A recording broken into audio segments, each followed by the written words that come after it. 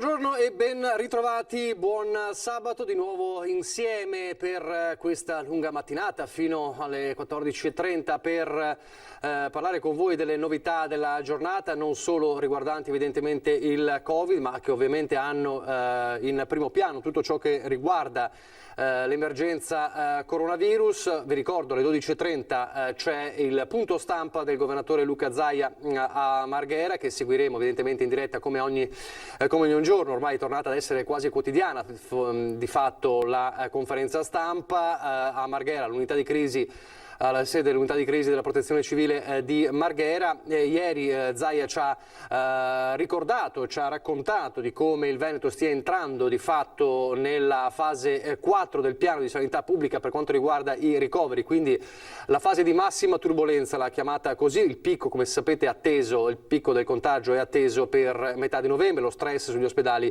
c'è ed è innegabile, anche se le terapie intensive, ed è questo l'altro fronte importante, reggono ancora. Però c'è appunto questa situazione. Nel frattempo peraltro il ministro Speranza proprio in queste ore dice, il ministro della salute, nelle prossime 48 ore vedremo i nuovi dati e se necessario a livello nazionale ci saranno altre ordinanze, quindi anche la possibilità di cambiare nuovamente i colori di quelle zone, allargare le zone rosse e o le zone arancioni. Il Veneto resta nella zona gialla e questo ha fatto tirare un sospiro di sollievo, ma lo ha ricordato lo stesso Zaia, arrivare nella zona rossa è davvero un passo e per questo si è affidato ancora una volta al rispetto delle regole. Uno Zaia peraltro che fino a poco fa era impegnato ed è tuttora evidentemente impegnato in attesa poi della conferenza stampa con altri colleghi governatori, perché c'è un incontro di questa mattina del coordinamento del governo con le regioni, quindi il ministro per le autonomie Boccia, che ha convocato i presidenti di regioni per una informativa sul decreto ristori bis che è stato approvato nella notte in Consiglio dei Ministri. Tra i governatori presenti in videoconferenza c'è anche Zaia, quindi l'altro tema è l'attesa per il decreto ristori bis e per sapere nel dettaglio quali saranno le misure ne parleremo fra poco. Dicevamo appunto dell'attesa per il decreto ristori bis. C'è anche un altro tema, quello del coprifuoco, la prima notte di coprifuoco in Veneto, e quindi capire come è andata con le forze dell'ordine, per capire come è andata la prima notte di controlli, se ci sono state anche delle multe. I controlli ci sono stati evidentemente. Tanti temi, anche il tema politico lo affronteremo più tardi dopo la diretta di Zaia, la caduta dell'amministrazione di Conegliano per la lotta interna tra Forza Italia e Lega. Fra pochissimo ci collegheremo anche con un imprenditore veneto che vive e lavora a Shanghai, torna a trovarci ad aprile, Riccardo Parisi, ma fra pochi istanti parleremo con lui perché ci racconta di come la situazione lì è cambiata in questi mesi. Prima di tutto però la notizia di queste ore che ha fatto il giro dei social e non solo, ovvero la morte di Stefano Dorazio, lo storico batterista dei Pooh, che è morto a 72 anni a Roma, era ricoverato da una settimana per il coronavirus. È una morte che lo ha raggiunto appunto a Roma all'età di 72 anni nella tarda serata di ieri. Era ricoverato per il coronavirus da una settimana e il coronavirus a quanto pare ha aggravato una situazione già problematica. Aveva già dei problemi sanitari Dorazio, ma che si sono aggravati con il Covid. Una notizia che ha fatto ovviamente il giro d'Italia e non solo, amatissimo cuore e anima dei Pooh, colpisce anche il Veneto perché tantissimi anche in queste ore hanno postato i ricordi del batterista, anche il governatore Zaia, perché tantissimi sono i fan anche qui in Veneto ovviamente, e poi i compagni di viaggio dei Pooh, tra quali ovviamente Red Canzian, che ha postato questo messaggio, che è lo stesso messaggio postato da tutti quanti i componenti della storica band. Questo messaggio che dice sostanzialmente: abbiamo perso un fratello, un compagno di vita, il testimone di tanti momenti importanti, ma soprattutto tutti noi abbiamo perso una persona per bene, onesta, prima di tutto con se stessa. Lucio Zanato proprio poco fa ha raccolto la testimonianza in un'intervista a Red Canzian, che vi proporremo fra poco, e poi questa sera avremo anche diversi servizi che riguardano la la scomparsa di Stefano Dorazio. Il nostro Lucio Zanato, consentitemi di dirlo, anche emotivamente coinvolto da questa notizia, perché grande amico di Stefano Dorazio, ha seguito il nostro Lucio Zanato per lunghi anni la carriera, lavorativamente parlando, la carriera dei Pooh, era molto amico di Stefano Dorazio, aveva anche partecipato lavorativamente parlando alle riprese del matrimonio di Stefano Dorazio venuto nel 2018, che era una notizia di per sé, tanto che ne era nato un libro perché era considerato un po' lo scapolo d'oro dei Pooh. Stefano Dorazio era venuto qui proprio da noi, da Antena 3, 2 anni fa, era proprio il novembre del 2018, per presentare questo suo libro sul suo matrimonio, e era venuto a 20:10 nella nostra trasmissione 20:10 condotta da Ferdinando Varino, ospite proprio Lucio Zanato e Stefano Dorazio. Allora questo brevissimo estratto di quella trasmissione con uno Stefano Dorazio appunto che ricordava anche l'avventura dei Pooh. Velocemente questo estratto di 20:10 di 2 anni fa, proprio qui nei nostri studi, in questo studio. E dei ricordi con Stefano Dorazio ce ne sono a quintalate, a treni, visto che tante cose abbiamo fatto, come fatto i Teleton, abbiamo viaggiato lungo tutta l'Italia e non solo. Ricordo, la presenza di Stefano Dorazio è di una persona con un'energia incredibile, perché voi lo vedete quando l'avete visto, quando sale sul palco e per 2 ore e mezza, 3 ore e mezza va avanti a battere sempre, e poi quando smonta fa il manager. che è una cosa completamente diversa ma altrettanto difficile, perché tu finisci il concerto verso le 11:30, mezzanotte, e lui puntuale alle 8:30, 9 del giorno dopo è in ufficio, pronto, via, ha una valigetta segretissima dove dentro ha sicuramente tutti i codici segreti del mondo. Che domanda potremmo fare a Stefano? Allora, c'è la classica domanda che gli fanno ovunque, ogni volta che passa, ogni volta che presenta un libro, e dicono: "Ehi Pooh?" E i belli, sono venuti al matrimonio, si sono divertiti tantissimo, devo dire, li continuo a vedere mediamente sempre, mi danno le musiche quando faccio degli scellerati musical, e niente, continuiamo ad avere un rapporto veramente molto molto bello, che nonostante non siamo più sul palco a fare quelli che suonano, facciamo quelli che sono amici, perché è molto più importante. Certo. Noi abbiamo avuto questa grandissima fortuna di aver anteposto l'amicizia a tutto il resto, quindi al denaro, al successo, agli applausi e quant'altro. E questa cosa qui è indelebile, rimane, anche perché con i Pooh 50 anni di matrimonio senza sesso, che devo dire non è il massimo della vita, però alla fine sono pur sempre, ho passato più tempo con loro che con chiunque altro nella mia vita. Questo era Stefano Dorazio, un po' anche l'anima estroversa dei Pooh, un ricordo di Donatella Rettore particolarmente provata, tanti artisti anche ovviamente del Veneto e della Marca Trevigiana lo ricordano, ecco, ha postato questa foto di Dorazio alla batteria, il suo luogo naturale sul palco, postando anche una frase di Marina Fiordaliso, altra cantante: era una di quelle che ti guardava con il naso all'insù, con la batteria luccicante, enorme come un astronauta, fai rumore, suona, rompi anche lassù, che qui non ne possiamo più, e tanti cuori appunto per ricordare Stefano Dorazio. Dicevamo, più tardi vi faremo sentire un breve estratto dell'intervista realizzata con Red Canziani, questa sera diversi servizi per ricordarlo. Adesso torniamo a parlare del coronavirus, diciamo, nei suoi effetti sulla vita quotidiana. E allora ringrazio per essere di nuovo con noi, ci siamo visti ad aprile, Riccardo Parise, buongiorno. Buongiorno a voi e bentornati a Shanghai dopo qualche mese. Ecco, allora come sempre devo correggermi, buonasera, perché da voi sono più o meno le 8, è così? 7 ore di differenza. 7 ore di differenza, quindi sono poco dopo le 8. Sono un imprenditore veneto, bassanese, che vive e lavora a Shanghai da anni. Allora, noi ci siamo visti l'ultima volta, visti e sentiti ad aprile. Eravate già nella cosiddetta fase 2 e dovevamo ancora arrivarci, poi i numeri delle fasi si sono accavallati nel corso del tempo, insomma era aprile, eravamo ancora nel pieno dell'emergenza, ci raccontava Parise di scene di persone che andavano al ristorante con la mascherina, con le divisioni, che poi abbiamo visto anche qui. Quindi insomma siete avanti di parecchi mesi, tanto avanti che mi diceva ieri, prima per metterci d'accordo, insomma, per il collegamento, che adesso la mascherina per voi è un ricordo. È così? È un lontano ricordo, fortunatamente, sì, assolutamente sì. Ormai è obbligatoria in pochissimi posti, ricordo l'ospedale, la metro e nulla più. Quindi la fotografia attuale di Shanghai qual è? Ma io vorrei osare dire che ormai lo stile di vita è quello pre-Covid. Non vediamo più sostanzialmente nessuna differenza per chi vive all'interno del territorio cinese, nel nostro caso nel territorio di Shanghai, fa 23 milioni di abitanti, quindi insomma è quasi fosse una regione. Cioè noi ormai non percepiamo più la differenza nel vivere quotidiano, nel lavorare quotidiano, rispetto ovviamente ai mesi precedenti all'arrivo del Covid.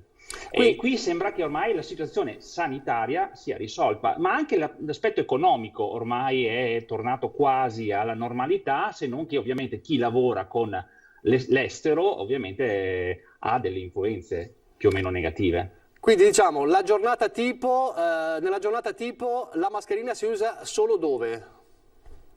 Ospedale e metro. Ospedale e metro.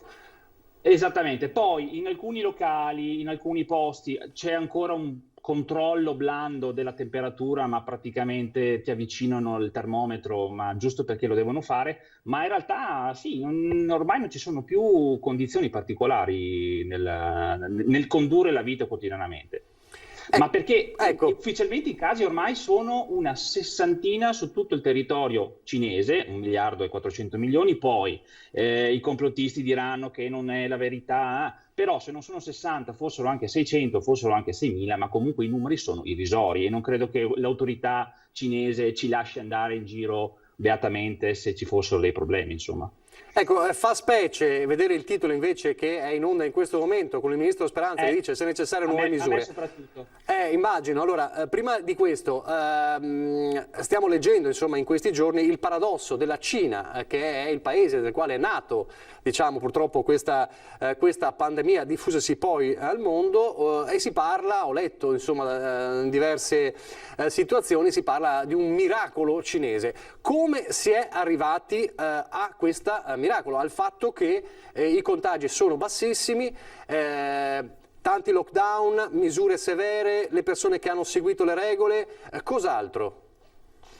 Questi vengono educati dall'asilo a seguire le regole e di conseguenza tutti hanno seguito, o meglio, hanno dovuto seguire le regole. Faccio un esempio abbastanza eclatante. L'omologa app Immuni che qui abbiamo non è facoltativa, è obbligatoria. Tu non ti muovi se non ce l'hai. E abbiamo il bollino verde o il bollino rosso. Se tu hai il bollino rosso non entri da nessuna parte, se hai il bollino verde ti muovi, ma questa è arrivata a fine febbraio, a marzo, e quindi ovviamente tutti sono stretto sotto controllo. Non segnala solo se c'è qualcuno che nel recente si è avvicinato ed aveva il Covid, ma proprio è il lasciapassare per muoversi all'interno della città e del territorio, e questo è un esempio. Quindi il tracciamento è totale. Totale, assolutamente. Insomma, tutti sanno che qui il controllo sulla persona è totale. E ovviamente è la differenza tra due culture, quella occidentale e quella cinese, non potrei neanche dire orientale perché è una roba diversa. Cioè qui il bene collettivo è ben superiore al bene del singolo. Il PIL nazionale è più importante del PIL personale. Quindi regole che vengono applicate e seguite. Sì. Chiusura ferrea e praticamente totale delle frontiere con l'esterno. Solo quest'estate si era iniziato a lasciare rientrare gli stranieri che hanno un visto di residenza, ma con una richiesta speciale che doveva essere vidimata dal governo, e non tutti potevano entrare, solo quelli che facevano parte di un'azienda di un certo tipo. Ed è notizia di 3 giorni fa che hanno richiuso tutte le frontiere, quindi nessuno può più entrare in Cina. Anche questo ovviamente è determinante, perché tutti i contagi di ritorno non esistono, non sono mai esistiti di fatto. E chi arrivava dall'estero doveva fare doppio tampone a distanza di 48 ore in Italia, con tampone vidimato dal consolato cinese. Una volta che arrivava per esempio a Shanghai, ennesimo tampone, poi veniva portato in una struttura del governo dove passava 14 giorni dentro una stanza, non poteva mai uscire, gli veniva consegnata il pranzo della cena fuori dalla porta. Solo chi era over 65 o aveva figli piccoli poteva andare a casa, ma a casa ti mettevano un controllo sulla porta collegato alla polizia locale che contava tutte le volte che si apriva la porta e per quanto tempo. Quindi tu non potevi uscire, poteva solo portarti qualcuno da mangiare. Una volta al giorno un addetto sanitario veniva mascherato a misurare tutti la temperatura, e questo la prima volta al mattino. Alla sera bisognava mandare un video in cui si faceva vedere che si misurava la temperatura autonomamente, e ovviamente poi si dimostrava che la temperatura era al di sotto dei 37,2, mi pare. Quindi controllo totale e ferreo delle regole. E a proposito di questo, conoscendo invece, ovviamente sono due culture diverse, sappiamo anche che la Cina ha una struttura di governo insomma particolare, la trova possibile una soluzione del genere qui? Non dico solo in Italia, ma in Europa? No, in qualsiasi come dire, cultura occidentale non è possibile, proprio perché c'è questa, come dire, differenza fondamentale di cultura. C'è come dire, la persona in Occidente e la collettività in Cina. Questo è il bene e il male circa la differenza di queste due culture. In questo caso è un bene perché chiaramente da un punto di vista economico siamo tornati praticamente quasi al pre-Covid. L'altra scelta è ovviamente sapere che tu vivi controllato dalla mattina alla sera per tutta la tua vita dal governo centrale, nel bene e nel male. Quindi non è possibile, non è neanche, cioè non è nemmeno una colpa, è uno stile di vita, una scelta di vita che è completamente diversa. Beh, mi sta dicendo che non è nemmeno auspicabile forse? Qui? Ma voi potete immaginare che si possa fare, cioè, allora, qui uno potrebbe dire, ma in Italia non è possibile controllare tutti e tecnicamente non è possibile, qui ne controllano 1,5 miliardi, come non sarebbe possibile poterlo fare per 60 milioni di italiani, ma non è pensabile. Potete immaginarvi che le persone rimangano 14 giorni a casa, che venga messo un check alla porta collegato cioè, sembra strano poterlo dire, ma non solo in Italia, in Europa, in America. L'America è il caso eclatante. Certo. Quindi non ci sono, è proprio una scelta, è come dire, una struttura sociale completamente diversa, che ha sicuramente tanti mali, e li conosciamo bene, e ha questo bene che ovviamente facilita l'aspetto economico, perché poi alla fine poi decide. Ecco, lei diceva l'aspetto economico, immagino però che nella prima fase, quando si lottava con l'emergenza, il colpo economico ci sia stato anche lì. Da parte del governo c'è stato, se vogliamo fare un po' i confronti, ovviamente con strutture e con stati diversi che hanno maggiori evidentemente disponibilità, ma qual è stato l'approccio del governo nei confronti di chi aveva perso, diciamo, economicamente da questa situazione? Beh, evidentemente non è andata bene per tutti, però qui sicuramente il governo ha elargito finanziamenti pesanti, soprattutto alle grandi aziende nazionali. Sicuramente abbiamo visto nei mesi chiudere, per esempio, tanti ristoranti che magari avevano molti lavoravano con gli stranieri, perché ovviamente non tornando e con quelli pochi che rimanevano qui in città. Quindi sicuramente ci sono state delle defezioni, però diciamo che per esempio il governo adesso sta pompando di nuovo tutta la parte immobiliare, quindi sta favorendo le costruzioni, perché la costruzione di nuovi edifici poi a cascata portano tutto il resto. Poi ovviamente la Cina è un paese autosufficiente economicamente anche in termini di produzioni, ma anche solo a pensare al fashion, il lusso italiano. Ovviamente i cinesi, non potendo venire in Italia a comprare le borse, i vestiti, ovviamente adesso non è che non li comprano, semplicemente li comprano in Cina, nei negozi di lusso, e quindi di conseguenza l'azienda italiana ne gode comunque, ma soprattutto ne godono i negozianti cinesi, che mentre prima erano privati di questo, perché ovviamente i cinesi se ne andavano in Italia a comprare questi beni di lusso. Quindi comunque anche l'economia interna sta funzionando bene. Come commenta le soluzioni che sta portando avanti il governo italiano? Da lì, insomma, da quell'osservatorio particolare. Non entro nello specifico perché poi ovviamente ogni governo fa la sua scelta, però io credo che da imprenditore, insomma. È un buon compromesso. Ecco, da imprenditore dico, mi aspetto, ovviamente avendo a che fare pesantemente con l'Italia, mi aspetto e spero che non chiudano le produzioni, che non chiuda l'economia. Mi spiace ovviamente che gli italiani debbano tornare a soffrire, però per come abbiamo visto qua, la sofferenza qui di pochi mesi è servita a liberarci di questo problema, mentre la piccola agonia che ho visto vivere in Italia oggi porta in Italia, in Europa, porta comunque a dover sostenere ancora il problema. Insomma, le movide estive ce le ricordiamo tutti. Io non ho potuto goderne, ma le ho viste. Quindi lei dice, insomma, meglio una soluzione più drastica in meno tempo che portare avanti uno stillicidio costante. Questo si doveva fare però prima. Ormai credo che bisogna portare pazienza, trovare l'ottimo compromesso tra chiusure, ma comunque portando avanti l'economia. Il caso eclatante è l'America, forse hanno esagerato, però non è sbagliatissimo quel concetto. Dobbiamo perché sono italiano, dobbiamo passare l'inverno, arriverà il vaccino in primavera, si spera quanto prima, e poi ce ne libereremo. Però secondo me adesso bisogna trovare il miglior compromesso possibile tra chiusure, però lì sta anche nel buon senso del singolo. È il singolo che deve decidere se si vuole mettere la mascherina, se vuole stare lontano, se vuole starsene a casa. E non credo che Conte o Zaia o Salvini possano andare a bussare casa per casa a verificare se qualcuno è a casa oppure no. Sta nel buon senso delle persone. Senta, e chi invece continua insomma, a ribadire che il virus non esiste, cosa dice lei?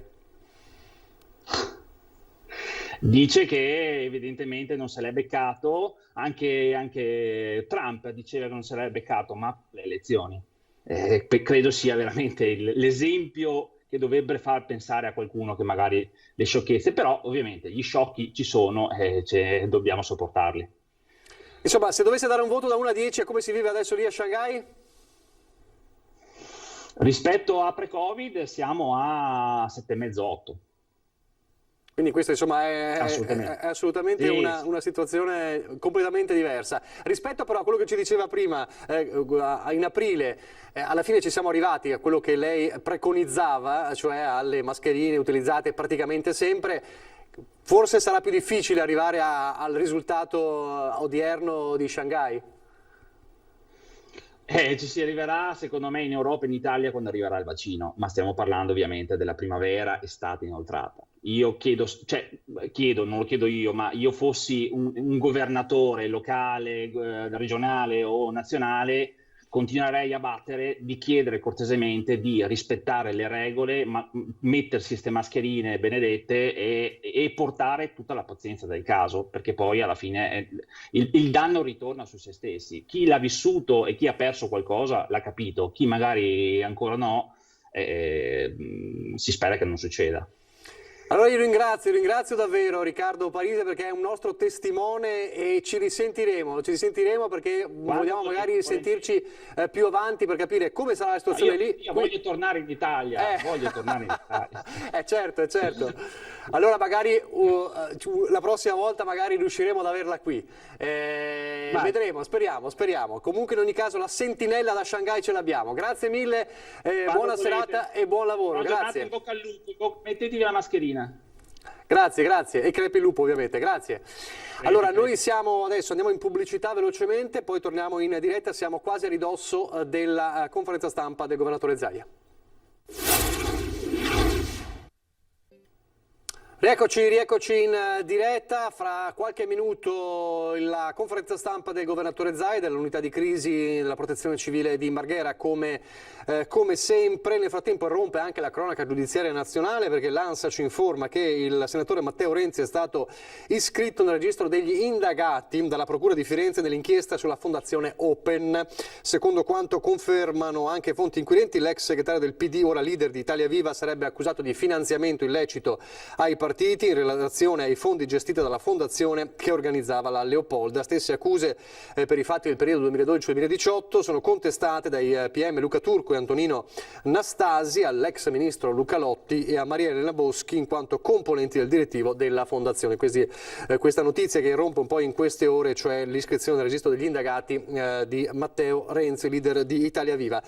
Cosa prevede il decreto ristori bis approvato nella notte? Quali sono gli elementi principali di questa misura a 9 giorni dalla Primo decreto ristori, l'informativa, dicevamo prima, del ministro Boccia ai governatori di regioni, in attesa poi di avere il quadro completo, ma insomma ciò di cui si parlava nella notte era questo, cioè 2 miliardi circa come valore il decreto ristori bis, da sommare ai 5,5 miliardi del primo decreto ristori. Aiuti ad esempio, bonus babysitter e congedi, un nuovo bonus babysitter da 1.000 euro e il congedo parentale straordinario al 50% dello stipendio per i genitori di ragazzi delle scuole medie in didattica a distanza, fin tanto che le scuole restano chiuse e se non è possibile lo smart working parliamo ovviamente delle famiglie in zona rossa, quindi al momento Piemonte, Lombardia, Valle d'Aosta e Calabria. La lista delle attività economiche da ristorare, quindi la lista Ateco, viene ampliata e i primi 53 codici Ateco si affiancano altre 57 categorie che dovranno chiudere perché operano nelle zone rosse, quindi tra le new entry, negozi di abbigliamento, di elettrodomestici, estetisti, eccetera, eccetera, ma parliamo ovviamente delle zone rosse. A livello di tasse vengono rinviati gli acconti di novembre delle imposte sui redditi e dell'IRAP per tutte le partite IVA delle zone rosse che dovranno chiudere. Stop ai contributi versati dalle aziende per i dipendenti, confermato il credito d'imposta al 60% per gli affitti dell'ultimo trimestre. Il decreto ristori bis aggiunge anche altri 300 milioni per il trasporto pubblico locale per il 2021. Quindi queste sono alcune delle misure che però dovremo conoscere poi nel dettaglio ufficialmente nelle prossime ore. Ci sono appunto ristori rafforzati per le imprese delle zone rosse e arancioni all'interno del decreto ristori bis. Altra notizia che giunge in queste ore, che ha a che fare sempre con l'effetto economico del coronavirus, è uno studio della CGA di Mestre che ha calcolato la perdita in denaro sostanzialmente di ogni residente del nord-est causa Covid, la media di 3.000 euro, la precisione 3.032 per ogni residente del nord-est. A calcolare la contrazione del valore aggiunto per abitante a livello provinciale c'è pensato appunto l'ufficio studi della CGA di Mestre, che ha denunciato anche un altro dato particolarmente allarmante, cioè a fronte di una riduzione del PIL del 10,1%, lo stesso scivolerà al livello del 2000, quindi in termini di ricchezza si retrocederà di ben 20 anni. Le province che in termini percentuali subiranno le contrazioni del valore aggiunto più importante sono Treviso e Venezia, entrambe con meno 10,3%, poi Gorizia e Vicenza e Padova. Questo è il dato della CDA di Mestre, particolarmente inquietante ovviamente perché riguarda anche nello specifico quella che è il potere d'acquisto, insomma anche la possibilità delle persone, quindi la perdita diciamo media per ogni abitante residente nel nord-est è di 3.000 euro secondo la CGA di Mestre a causa del Covid. Allora stiamo per collegarci, io vedo e lo vedete anche voi la sala della protezione civile. Per noi in campo ci sono Sandro Ponchio e Filippo Fois. È stata anche la prima notte del coprifuoco e più tardi poi sentiremo anche tracceremo un breve bilancio insomma di come è andata questa nottata particolare, ovviamente con il coprifuoco insomma tutti a casa alle 22, chi ovviamente ha potuto spostarsi lo ha fatto grazie all'autocertificazione, insomma torna anche il tema più volte discusso delle autocertificazioni, quindi da ristampare, anche se come accadeva nel lockdown c'è la possibilità con le forze dell'ordine di poterlo compilare al momento, però insomma c'è anche questa situazione. Vedremo anche se ci sono state delle violazioni già la prima notte di coprifuoco in Veneto. Veneto. A questo punto mi azzarderei, visto che è in leggero ritardo, ma non so quanto potrebbe ancora durare questo ritardo, tornerei a parlare di Stefano Dorazio. Fra pochissimo, più tardi, sentiremo anche un breve estratto della lunga intervista che ha realizzato Red Canzian con Lucio Zanato in queste ore, questa mattina, insomma, il dolore di Red Canzian. Magari facciamo rivedere il post che abbiamo mostrato in apertura di questa edizione straordinaria, il post che è lo stesso, insomma, un post corale dei Pooh, eccolo qui, di questa notte con per ricordare Stefano Dorazio, un post, insomma, nel quale si parla di un fratello che viene perduto per sempre, e lo sappiamo, lo aveva raccontato anche il nostro Lucio Zanato. Dorazio, insomma, era l'anima dei Pooh, non solo a livello manageriale, ma anche l'anima un po' come dire estroversa del gruppo, insomma, dello storico gruppo, il più importante gruppo pop italiano, attivo per oltre 50 anni, e che da poco, da qualche anno, insomma da un paio di anni, aveva fermato, insomma, proprio nei 50 anni la sua attività. Ci si chiedeva se sarebbero poi tornati insieme. Questa tragedia, insomma, la scomparsa di Stefano Dorazio, insomma, ha un po' chiuso questa vicenda. Forse, chissà, magari in futuro, proprio per ricordarlo, potrà essere l'occasione per rivedere insieme i Pooh. Il nostro Filippo Fois ci avverte che siamo addirittura d'arrivo, quindi restiamo sulla situazione, sulla ripresa della protezione civile. Dunque, dicevamo, Veneto ormai a ridosso della fase 4, ci sono altre province, alcune province che già ci sono nella fase 4. Parliamo della fase 4 per quanto riguarda i ricoveri. Abbiamo raccontato ieri nel nostro telegiornale di Treviso. Treviso è già nella fase 4 per quanto riguarda i ricoveri in area non critica, e praticamente si sta avvicinando alla fase 3 per quanto riguarda invece i ricoveri in terapia intensiva. Lo ha detto, lo ha ribadito, e ci fa forza anche le parole di Riccardo Parisi, l'imprenditore di Shanghai che abbiamo intervistato poco fa. Quel monito di indossare le mascherine è certamente la migliore delle soluzioni. Sentiamo Zaia cosa dice. Buongiorno. Siete pronti? No, aspetta, tengo sulla mascherina. Va.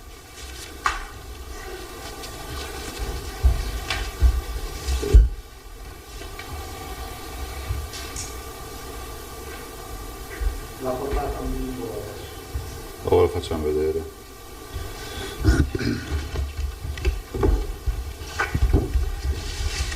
Passerei subito al bollettino, poi vi diamo due informazioni sull'attività di oggi e lo stato dell'arte. Fra l'altro abbiamo anche poi importante comunicazione relativa al piano di sanità pubblica relativo a Ciavalda, agli ospedali, visto e considerato che poi ci saranno delle novità oggi, quindi avete fatto bene a venire. E quindi grazie per la vostra presenza. 2.437.080 tamponi. Nelle ultime 24 ore sono stati fatti quasi 20.000 tamponi. Il numero dei positivi da inizio dal 21 febbraio sono 75.907 e nelle ultime 24 ore abbiamo 3.815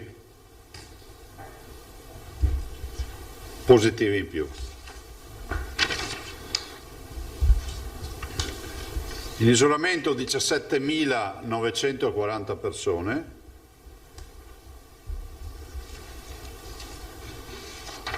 i positivi ad oggi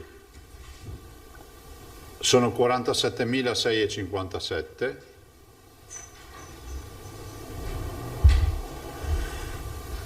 i ricoverati sono 1.410 più 109 nelle ultime 24 ore, 1.410.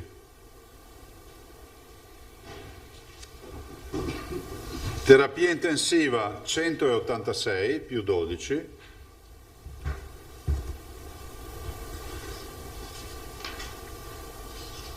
2.568 persone hanno perso la vita, più 25 nelle ultime 24 ore, e dimessi, come dicevamo ieri, passati 5.000, 5.105.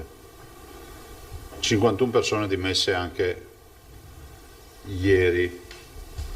Quindi vedete che intanto tra carico e scarico, tra presa in carico e dimissione abbiamo un bilancio che più o meno in queste 24 ore di 50 persone, no? 50 le abbiamo dimesse, 100 le abbiamo caricate, prese in carico, quindi una cinquantina di letti nuovi occupati. Allora, le prime considerazioni da fare: si sta crescendo, come avete visto siamo a 1400 persone ricoverate, non siamo ancora alle punte di marzo, perché voglio ricordarvi, anche qui è bene ricordarlo, perché ogni tanto mi sento dire ma 3815 positivi in 24 ore mai visti.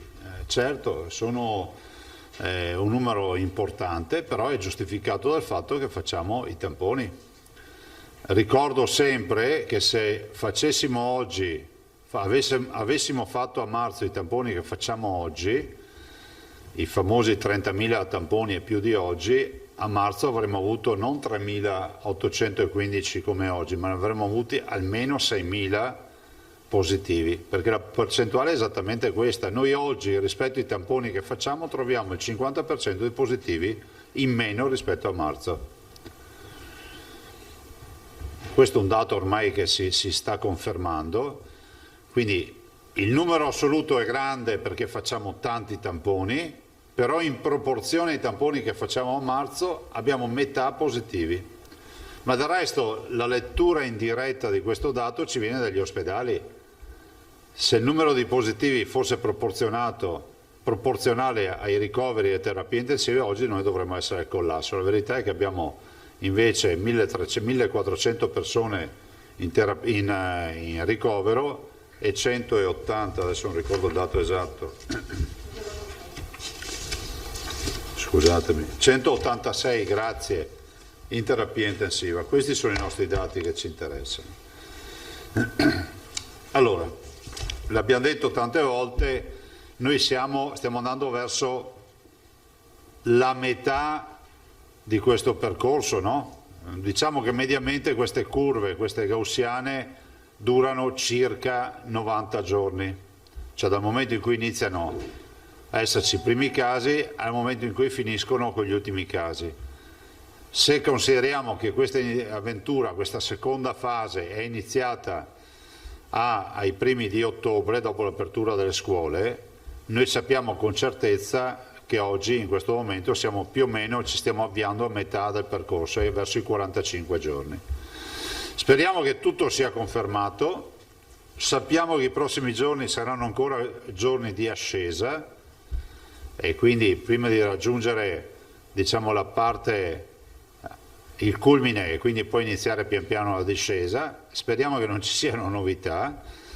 È altrettanto vero che in queste ore l'emergenza maggiore che abbiamo è quella di pronto soccorso, cioè di accessi a pronto soccorso che rispetto all'anno scorso con la prima ondata sono doppi. Pensate che prima del Covid, prima del 21 febbraio, mediamente il Veneto faceva accessi a pronto soccorso per circa 4.500 accessi al giorno. Tanto per darvi un'idea, mediamente all'anno noi facciamo circa 2 milioni di accessi a pronto soccorso. Quindi prima del 21 febbraio mediamente avevamo 4.500 accessi al giorno. Con il Covid siamo scesi a 1.200-1.300 accessi al giorno. Oggi se andiamo a vedere l'andamento dal 21 febbraio in poi, lo paragoniamo al nostro andamento dai primi di ottobre in poi, vediamo che abbiamo il doppio degli accessi rispetto al periodo Covid dell'anno scorso.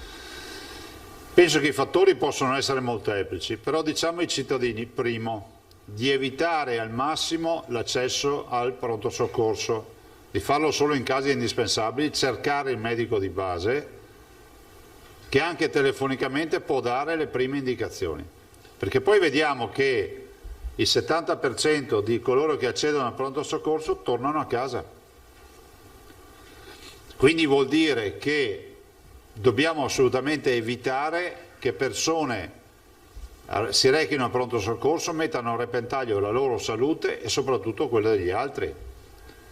Perché per quanto siano distinti i percorsi, comunque l'ambiente ospedaliero è un ambiente dove il virus e il batterio e comunque le occasioni di infezione sono ubiquitarie. Sono ubiquitari. Il che non vuol dire che in ospedale ci sia male, ma vuol dire che se tu ti cerchi un posto asettico, di certo non devi andare in un ospedale. Quindi la preghiera è di recarsi il meno possibile negli ospedali. Dopodiché noi abbiamo provveduto stamattina, poi lascio la parola all'assessore Lanzarin, ad attuare, da ieri che ci stiamo lavorando, stamattina abbiamo rifatto il comitato, come abbiamo fatto ieri, diciamo di crisi per il coronavirus. Sapete che abbiamo nominato questo comitato coordinato dal dottor Rosi, e poi a seguire abbiamo fatto anche il comitato dei direttori generali, e ne è scaturito dall'incontro di ieri una circolare che è stata mandata con firma del dottor Masullo per sostanzialmente la chiusura dei Covid Center e la creazione di veri e propri Covid Center al 100%, cioè la chiusura di attività ordinarie presso i Covid Center e andare verso veramente una totale piena disponibilità. Perché? Perché se abbiamo 100 ricoverati al giorno in questa fase, che è quella di massima salita per poi raggiungere il culmine e tornare giù, è altrettanto vero che possiamo aspettarci che nei prossimi giorni, 10 giorni, se questo fosse il trend, potremmo avere 1 migliaio di pazienti in più in ospedale. 100 al giorno per 10 giorni fanno 1 migliaio di pazienti da ricoverare. Siamo attrezzati per farlo, siamo un po' in tensione, ringrazio tutto il mondo della sanità, perché comunque è un lavoro, come si può dire, straordinario quello che stanno facendo i nostri operatori. Lo è dal punto di vista del rischio personale, ma lo è anche dal punto di vista organizzativo. Considerate che si rimescolano tutte le carte in ospedale, no? Non è che possiamo pensare che ogni operatore possa continuare a fare il suo lavoro rutinario, canonico, presso il suo reparto, con quelle attività, perché è inevitabile che in un momento di crisi l'anestesista possa essere chiamato anche fuori dalla sala operatoria, anche fuori dalla terapia intensiva, magari per andare alle subintensive o in altre realtà.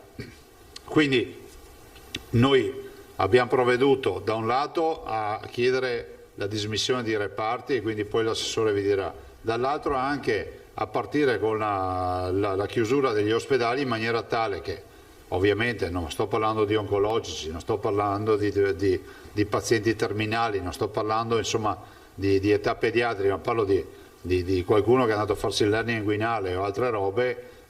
L'assistenza, voi capite che le visite le dobbiamo reggimentare e regolare al massimo per fare in modo che ci sia il meno accesso possibile negli ospedali. Sapete, come quando c'è la previsione del tempo, lo vediamo nei film americani di solito, no? C'è la previsione che arriva l'uragano. Vi ricordate nei film che inchiodano le tavole sulle porte di casa per evitare che l'uragano entri e spazzi via tutto? Stiamo facendo sostanzialmente un'attività preparatoria, senza panico, però i numeri ce li abbiamo e sono numeri che ci dicono questo. Ai cittadini dico che tutta questa partita oggi non è più un problema della sanità e della risposta sanitaria, ce l'abbiamo in mano noi cittadini. Parlavo anche questa mattina con il dottor Rosi e diceva: guarda, è straordinario perché basterebbe dire ai cittadini che i nostri operatori del SUEM, sto parlando del 118, di chi va a recuperare in casa pazienti Covid sintomatici, gravemente sintomatici, nessuno si è infettato usando la mascherina. Le uniche infezioni che abbiamo avuto le abbiamo avute per infezioni domestiche o diciamo fuori dall'ambiente ospedaliero. E quindi ai cittadini dico che se portate la mascherina, pensate che il SUEM usa la mascherina chirurgica come questa e la portate bene col naso coperto, non con situazioni diciamo che non c'entrano nulla con la tutela. Se la portate bene, la possibilità di infettarsi è pressoché tendente a zero. E allora pensate che noi parliamo sempre di restrizioni, ma se ci pensate fino in fondo potremmo fare una vita senza restrizioni se tutti portassero e avessero portato la mascherina, perché poi questa è la vera storia delle restrizioni. Il problema è che il senso civico in alcuni manca, in altri c'è il totale negazionismo dell'evidenza e il risultato è che dobbiamo ricorrere alle restrizioni. Noi non abbiamo in animo di mettere restrizioni, pensiamo che siano già al momento sufficienti quelle che sono in corso. Vi ricordo, perché qualcuno mi dice ricordalo ogni tanto, c'è il coprifuoco, chiamiamolo così, così tutti ci capiamo, inutile che stiamo a usare altri termini, anche se è un po' improprio come termine, no? Ma rende l'idea, cioè bisogna non uscire di casa dopo le 10 di sera e se ci esci ci devi uscire per lavoro, per problemi di salute o validissimi motivi che tu dovrai autocertificare nel momento in cui ti fermano. Devi dire sì, sono uscito di casa e sto accompagnando un familiare al pronto soccorso, ad esempio, o devo recarmi velocemente al lavoro perché faccio i turni di notte e lavoro presso questa azienda. Abbiamo ovviamente chiuse tutte le scuole superiori, sono chiusi i ristoranti, i bar dopo le 6 di sera, sono chiuse le palestre e quindi tutto quello che è il mondo delle palestre e delle spa, e infine, ricordiamolo, sono chiusi i centri commerciali il fine settimana, il sabato e la domenica. In più è previsto che oltre alla didattica a distanza per le superiori al 100%, è previsto anche un coefficiente di riempimento dei mezzi pubblici al 50% rispetto alla capacità prevista dalla carta di circolazione. Nei dati che si vanno ad analizzare, adesso io non ce li ho, viene fuori fondamentalmente che noi abbiamo tanti positivi rispetto a marzo, ma sono giustificati dai tanti tamponi che facciamo.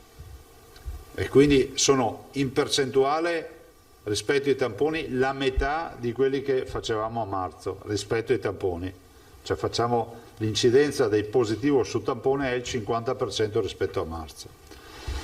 Abbiamo, come vi ho detto, il doppio degli accessi di pronto soccorso rispetto a marzo, accessi quotidiani. Abbiamo sicuramente rispetto allo stesso periodo di marzo la metà delle terapie intensive attivate, abbiamo rispetto al percorso di marzo almeno quasi 1 migliaio di persone in meno in ospedale, abbiamo rispetto a marzo tempi di ospedalizzazione molto più veloci, più bassi. A marzo dell'anno scorso nella prima fase, tanto per darvi un raffronto se dovete fare una tabella qualcosa, avevamo anche permanenze di 4-5 settimane, oggi mediamente 7-10 giorni si chiude la partita ospedaliera. Rispetto a marzo, sempre per fare un parallelismo, abbiamo abbassata l'età del contagiato, la grande quota ce l'hanno i giovani e con un blocco centrale fino ai 55 anni, però i giovani si infettano e la fascia centrale insomma è importante. La stragrande maggioranza delle infezioni avviene sotto i 55 anni e la stragrande maggioranza dei candidati alle nostre terapie intensive e alle cure intensive è rappresentata dagli over 70 anni. Anche questo è uno scenario che è cambiato rispetto a marzo. A marzo la tragedia l'abbiamo vissuta sugli over 70 sia con i contagi che con le cure. Infine vi dico che in questo momento, cito a memoria, mi passerete qualche imperfezione ma non grosse inesattezze, in questo momento il grado di infezione dei nostri diciamo del mondo degli operatori della sanità è simile a quello di marzo, siamo a 1700 persone che si sono infettate. Stiamo parlando di medici, amministrativi, infermieri, cioè, negli ospedali, su 54.000 dipendenti. Considerate che molte di queste infezioni sono extra ospedaliere, sono cene, perché alcune sono proprio state ricostruite col contact tracing, cene purtroppo in alcuni casi tra ospedalieri, e può capitare, cioè non è una colpa aver fatto una cena quando si potevano fare, e quindi sono infezioni che sono nate fuori da quel contesto. Certo è che in alcuni 1510 1510 erano 1399. sì, 1510, scusate, ho sbagliato di 190, quasi 200, e quindi alcune sono infezioni extraospedaliere, insomma è tutto nella norma rispetto a questi parametri. Oggi si tratta di chiedere un grande sacrificio, che non è grande poi, no? Lo facciamo grande tutti assieme, ma nel nostro intimo personalmente è semplicemente portare la mascherina, portarla sempre, fare in modo di igienizzare il più possibile le mani, quasi in maniera ossessiva. Perché le mani? Tanti ce lo chiedono, perché le mani sono l'organo tattile che tocca i prodotti al supermercato, che tocca il cibo, che comunque spesso le dita vengono a contatto con la bocca piuttosto che con gli occhi, e se trovano una superficie dove c'è il virus lasciato da qualcun altro te lo porti direttamente in pancia. Io non ho altro da aggiungere, ringrazio un bimbo che è venuto qui, Tommaso, oggi di 9 anni, e al papà, immagino si occupi di spettacoli, e dice fate ripartire il lavoro del mio papà. Questa è la tragedia del mondo degli spettacoli viaggianti, insomma di molte categorie che sono ferme. Stamattina abbiamo fatto anche l'incontro in videoconferenza e salutiamo ovviamente Tommaso, aiuta mio papà a fargli riprendere il suo lavoro. E abbiamo fatto l'incontro anche col ministro Gualtieri in videoconferenza con i colleghi, e si è parlato del decreto ristori, e io spero che questi ristori arrivino velocemente, perché comunque sono indirizzati a quelle categorie e a quei codici Ateco che stanno pagando un conto salatissimo a difesa della salute della comunità. Sto parlando dei ristoranti, dei bar, delle palestre, delle spa, insomma di tutta una serie di categorie. Io sono disponibile per le domande, dopodiché lascio la parola a Sole Lanzarini. Bode, Prigioni, Manzano. Sì, Presidente, buongiorno. Due domande. Allora, intanto volevo capire se, siccome si susseguono indiscrezioni su interventi imminenti del Ministro Speranza con nuove ordinanze, nuovi cambi di fascia, lei ha notizia che potrebbe esserci qualcosa non del c'è genere? nulla di nuovo sotto il sole. Io ho sentito il Ministro anche questa mattina, peraltro devo dire non abbiamo neanche parlato di questo, ho parlato appunto che adesso presenterò una richiesta formale per capire se ci autorizzano i veterinari oppure no. In questo paese, no, in emergenza sembra che sia un problema far tutto. L'importante è che poi nei libri di storia non si scriva che in regione dormivano mentre la gente aspettava il tampone. Poi ci sarà scritto chi dice di no e chi dice di sì. Poi la storia viene scritta così.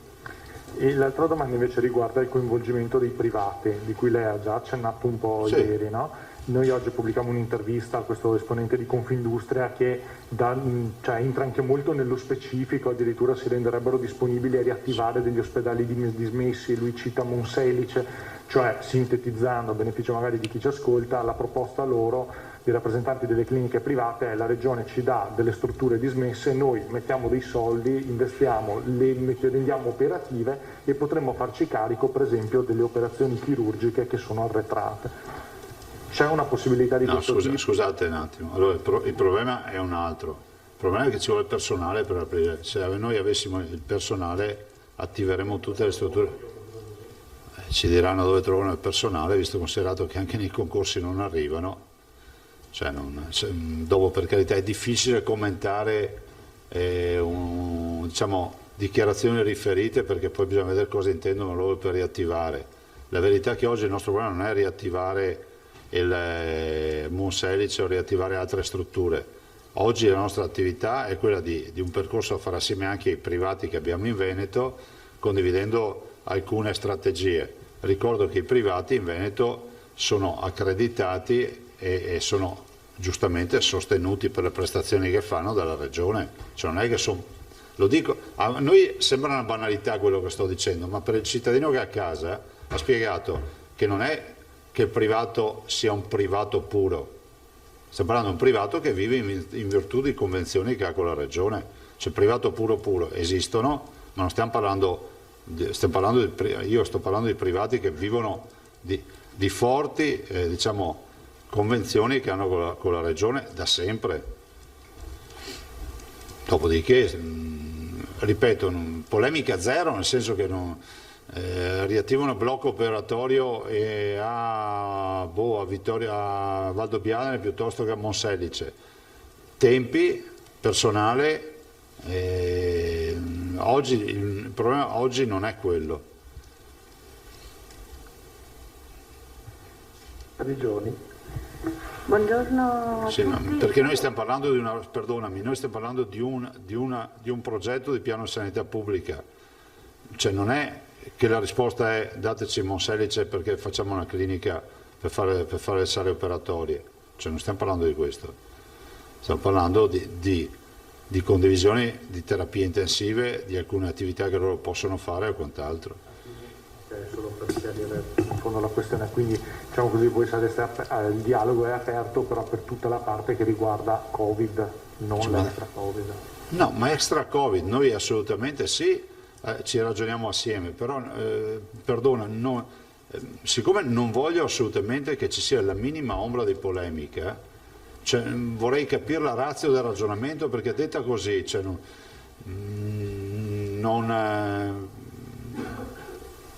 l'ho capita. No, nel senso non l'ho capita. Se uno mi dice ma noi siamo pronti a aprire e fare sale operatorie a Monselice, vabbè, ce le abbiamo anche noi, abbiamo Piastra da 34 sale operatorie. Penso del suo ragionamento fosse quello di in qualche maniera sgravare la sanità pubblica di tutto quello che adesso dovrà essere riprogrammato, sospeso. Ho capito, ma siccome noi abbiamo blocchi di sale operatorie nuove dappertutto, e se sospendiamo è perché ci mancano i lavoratori. Se vuoi dare una mano alla sanità pubblica, dacci gli anestesisti e i chirurghi. Facciamo un nuovo ospedale per far che? Per poi non riuscire più a chiuderlo, perché questo è il sistema, no? Cito Verona per citarne uno. Abbiamo inaugurato un ospedale che ha 34 sale operatorie. Se si va in dismissione, scusatemi, in riduzione delle attività chirurgiche, perché ci saranno anestesisti, ci saranno professionisti da altre parti, no? Che senso ha che io vado ad aprire un altro ospedale nuovo con blocco operatorio quando so che fra un mese tornerò a regime con le mie sale operatorie? Forse ha più senso prendere, se qualcuno ha personale per aprire un ospedale nuovo, mettercelo a disposizione e facciamo altre attività. Però a noi non risulta che ci sia tutto questo personale sul mercato. Beh, dopo ve lo spiegherà. Cioè, Prego. Sì, buongiorno, io volevo proprio... Posso sapere il nome di chi ha detto sta roba? Vabbè, scusa, no, è solo per sapere. Stiamo andando di Bologna e lui è praticamente rappresentato del clinico privato insieme a Confindustria. Sì, no. Prego. Sì, buongiorno, volevo proprio appunto sul tema personale, se in questa riorganizzazione con l'esclusività dei 10 Covid Center state attivando delle iniziative tipo richiamo di medici in pensione, cioè iniziative come recuperare il personale. Ma questo è già di default, considera che sono arrivate le 16 squadre dei militari, è già di default, però mi metto nei panni della signora Maria che dice cavoli, ma è molto semplice, perché chiudono? Basta fare da una parte il Covid e noi continuiamo a gestire gli altri ospedali, cioè manca il personale, non so se vi è chiaro, ma manca in tutta Italia il personale, non c'è personale. E che qualcuno non si azzardi a dire che non lo abbiamo assunto perché siamo stanchi e ogni tanto esce qualcuno a dire non è stato assunto, perché facciamo concorsi in continuazione. La verità è che mancano medici, non ce ne sono a sufficienza, soprattutto di specializzati. Oggi se ci fossero, 100 anestesisti, li avremmo subito con delle attività da far fare, cioè, questo è il vero tema. Prova ne sia che a livello nazionale si sono modificati molti protocolli di cura, molti standard di cura per ampliare il numero di pazienti a medico per alcune specialità proprio perché mancano i medici. Banzan. Presidente, quindi riassumendo, gli accessi, perché non ho capito bene i dati, erano rispetto a marzo sono raddoppiati, quindi sono quanti? Dal 2002 al 2004 circa oggi? Sì, sono anche di più sono. Io stavo pensando ai giornalieri, ma possiamo dare anche il mensile. Aveva detto col Covid a febbraio eravamo a 1.200-1.300, oggi c'è il doppio degli accessi. Sì, più del doppio. Più del doppio, ok. Quindi siamo 2.500-3.000 circa. Vabbè. Abbondanti. Che cosa dovremmo aspettarci quindi nei prossimi 10 giorni, quando avremo la curva che sale e poi a un certo punto si ferma? Sicuramente dovremmo stringere i denti perché nel momento in cui salirà ancora la curva dei ricoveri avremo necessità di utilizzare i professionisti che abbiamo, i letti che abbiamo per dedicarli a questi ricoverati e forse finalmente qualcuno capirà perché ci preoccupiamo del Covid, no? Perché questi sono pazienti che non possiamo lasciare in strada a casa. Quindi oltre alla, o meglio, non oltre, attualmente abbiamo gli ospedali Covid che elimineranno le attività ordinarie per dedicarsi quasi esclusivamente al Covid. Sì. Gli altri ospedali invece, quelli di cui è prevista eventualmente la riapertura, tipo che ne so, Noale. No, è già attivato Noale, sì, nel senso che è un ospedale che fa parte tipo del gruppo di Monselice, di Vittorio Veneto, e sono quelli per la fase finale dell'eventuale necessità per le degenze, per le negativizzazioni o per casi sociali o anche per emergenze straordinarie. Però se arriviamo, allora, loro hanno tutti l'ossigeno questi ospedali, però se arriviamo a quei livelli lì, considerate che vuol dire che qui c'è veramente un casino boia, nel senso che vuol dire che ci sono malati, anche perché per aprire quei posti lì, lo spieghiamo sempre a quelli che pensano di aver capito tutto, non sto parlando di prima, sto parlando perché ogni tanto arriva qualcuno e dice ma prendete quell'ospedale e mettete lì i malati Covid. No, ci vuole personale per seguirli, per cui se si tratta di gestire una degenza, diciamo, di pazienti non più critici che devono farsi, che so, i 2 o 3 giorni per poi andare a casa è una roba, ma pensare di pazienti complessi assolutamente no, non abbiamo il personale da distribuire in così tanti posti.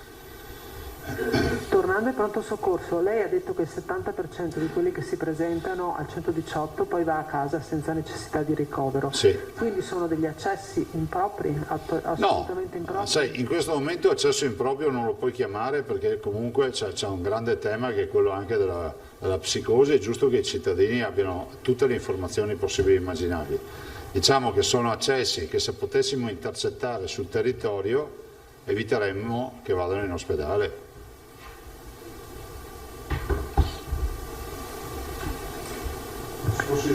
Bonet, sul tema dei vaccini influenzali, lì siamo a posto, cioè le dosi che per le nostre dosi sì. Sono arrivate tutte quelle che arriva il secondo lotto quando è.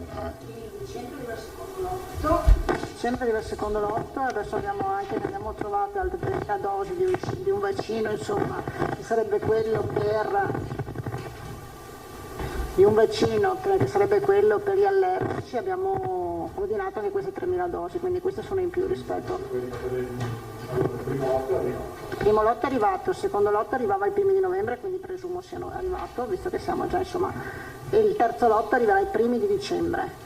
E in più abbiamo trovato 3.000 dosi di un vaccino legato alle persone allergiche, eccetera, però siccome va bene abbiamo preso anche queste 3.000 dosi in più, ordinato queste 3.000 dosi in più.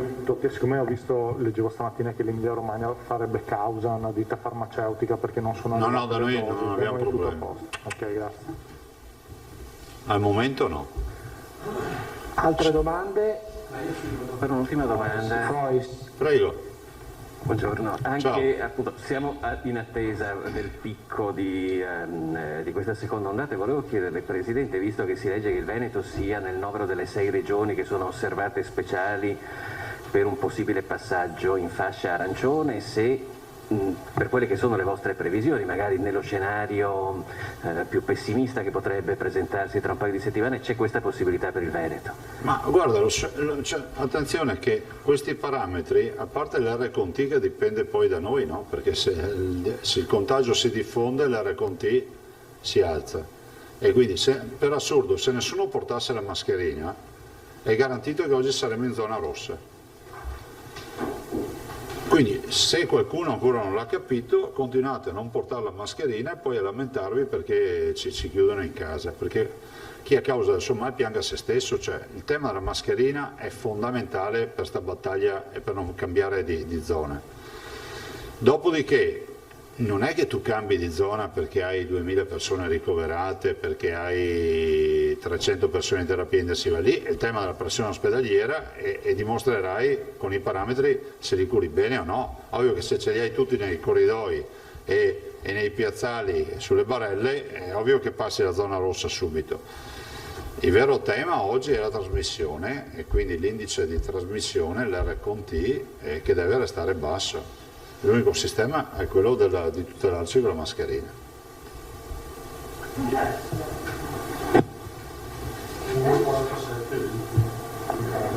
Sì, quant'è l'R contiguale? Non te lo so dire, però vi devo dire che adesso noi abbiamo preso contatti, ieri avete visto, penso sia stato utile l'intervento della dottoressa Russo.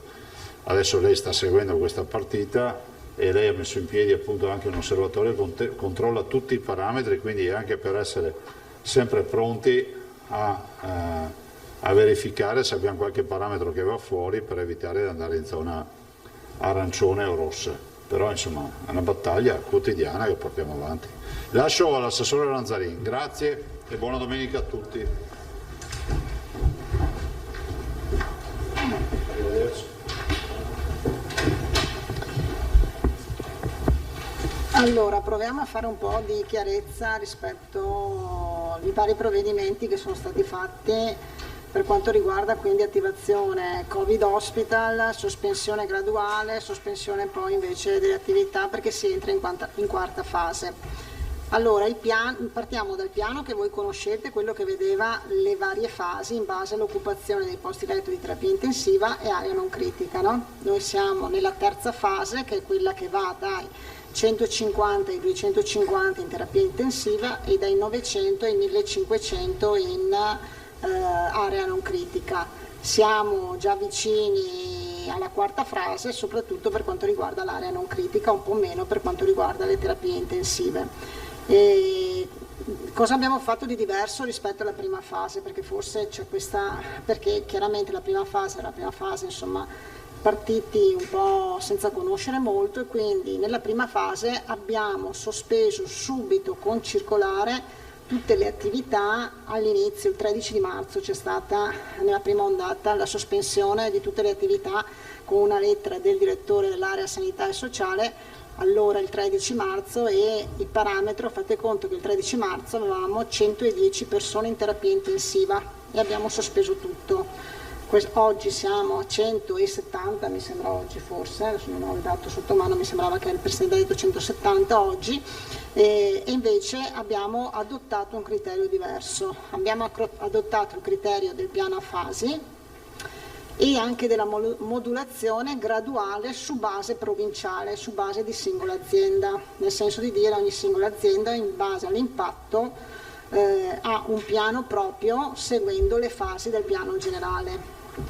La settimana scorsa, quindi il fine settimana scorsa, inizio di questa settimana, abbiamo attivato in maniera formale i Covid Hospital, quindi c'è stata la lettera di attivazione dei Covid Hospital in maniera formale, con in quella lettera in cui appunto dicevamo ai direttori generali: attivate i 11 Covid Hospital che sono individuati, sospendete in maniera graduale le attività.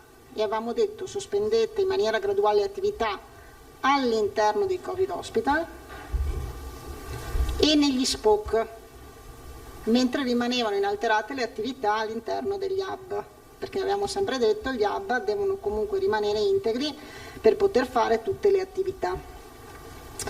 Siccome però oggi siamo nella fase, siamo in preparazione per entrare nella quarta fase e quindi in base ai vari calcoli ci arriviamo in 2 o 3 giorni, insomma, quindi inizio settimana prossima, abbiamo già dato istruzioni per attivare la quarta fase che fa un passetto in più rispetto alle istruzioni che abbiamo dato la settimana scorsa. Quindi c'è stato il comitato appunto che è stato costituito di crisi coronavirus, quello con coordinatore Rosi, che ha predisposto un documento. Il documento è andato ieri al CTS regionale ed è diventata una circolare che è partita ieri sera a tutte le aziende USL, ma anche ai privati, perché in questa fase coinvolgiamo anche i privati, di applicazione, quindi di sospensione un po' più forte e intensiva. Cosa prevede quindi la circolare che è partita ieri sera e che coinvolge quindi non solo le aziende sanitarie pubbliche, ma anche tutte le strutture private accreditate e convenzionate.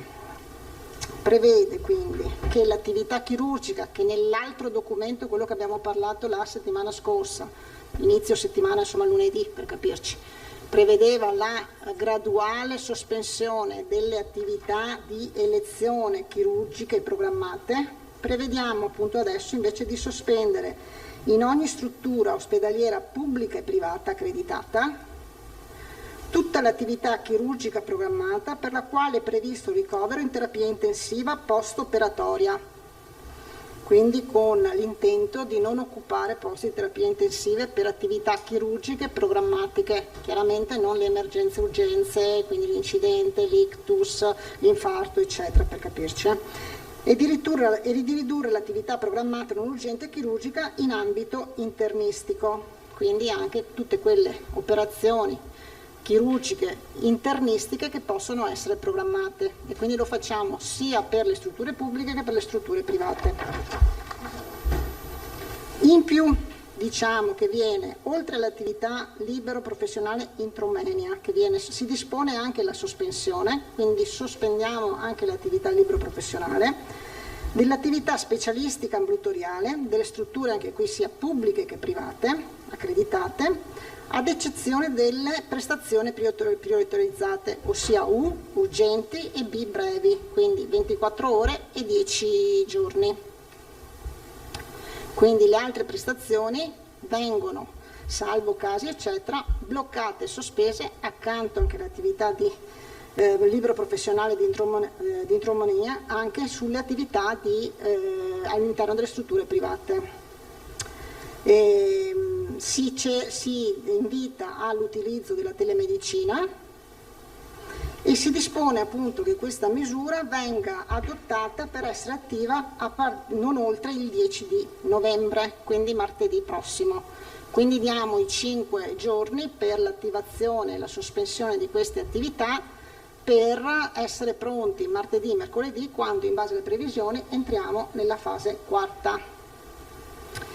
Questo non è nulla più del provvedimento che era stato adottato il 13 marzo, quando eravamo nella prima fase, perché al 13 marzo avevamo adottato un provvedimento unico e non graduale, come abbiamo fatto invece in questa seconda fase, in cui si sospendeva l'attività quindi di elezione chirurgica programmata nel pubblico e nel privato, e si sospendeva nel pubblico e nel privato l'attività anche di ambulatoriale specialistica non urgente e breve, quindi quella con le prescrizioni di urgenza.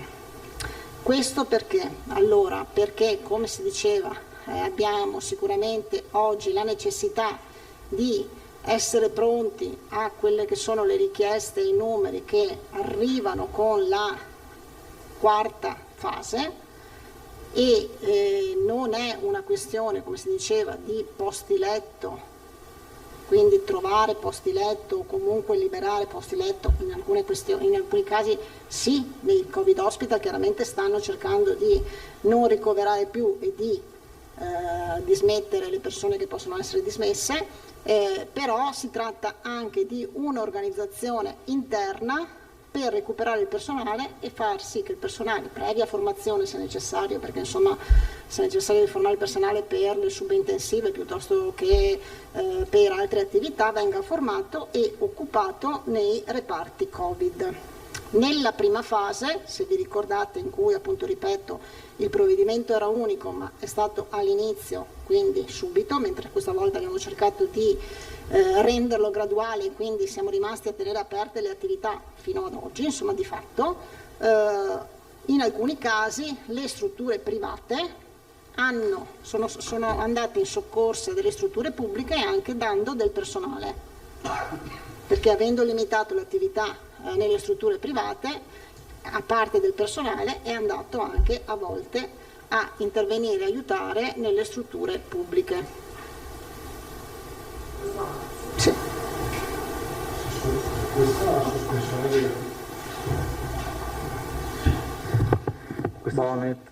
grazie. Questa sospensione dell'attività, quindi sia chirurgica che specialistica ambulatoriale, non urgente, avverrà in quali ospedali? In tutti. È una misura che vale per tutti. Sì. Ah no, non negli hub, avverrà negli hub stanno, anche negli hub c'è la riduzione, però gli hub chiaramente rimangono ancora diciamo meno vincolanti, però anche negli hub, qualora ci sia una necessità, le strutture, quindi vale per tutti. Stesso procedimento che abbiamo fatto a marzo. Quindi uguale. Cioè, sempre anche negli hub è rilevante come... Sì, ma anche a marzo negli hub si è sospesa l'attività chirurgica non programmata. Anche a marzo si è sospesa l'attività chirurgica non programmata. Negli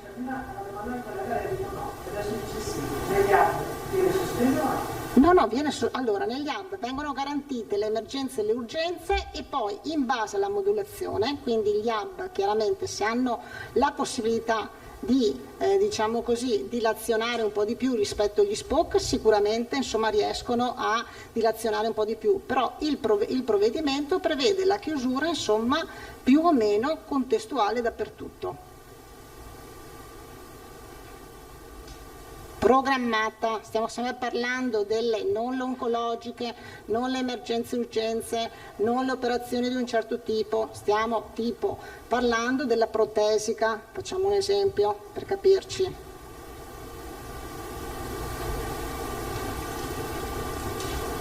Cioè, per essere brutali, non si farà un'anca in nessun ospedale del Veneto. Ho capito bene? Sì. Allora, il provvedimento prevede questo, dopodiché se alcune strutture hub riescono al proprio interno, perché non so, sto pensando, azienda ospedaliera di Padova, che comunque oggi sta gestendo l'emergenza assieme all'USL Euganea, no? Okay? Perché c'è l'ospedale di Schiavonia che comunque Covid ospita, eccetera, riesce a mantenere qualche attività, questo può anche mantenerla, però io non vi so dire oggi, il provvedimento prevede però che questi siano autorizzati a interrompere le attività. Il microfono, Marco, grazie. Quindi rientra nell'autonomia del direttore generale vedere se c'è la possibilità di continuare o no? Ma io credo che all'interno di una struttura hub, se c'è la possibilità di fare qualcosa, credo che i direttori generali possano ancora poter pensare di fare qualcosa, però oggi non siamo in queste condizioni, perché i pesi maggiori ce li abbiamo soprattutto a Padova, Verona, Treviso, Vicenza, cioè gli hub principali sono questi. Alda.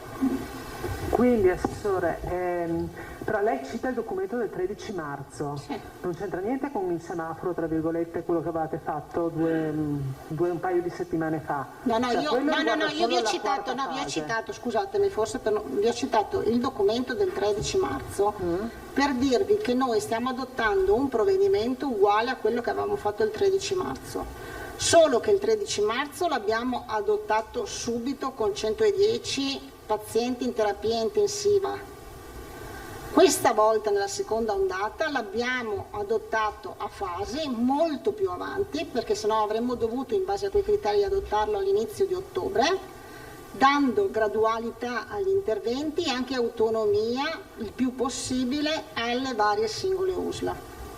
Questo era il paragone con il documento del 13 marzo, per capirci.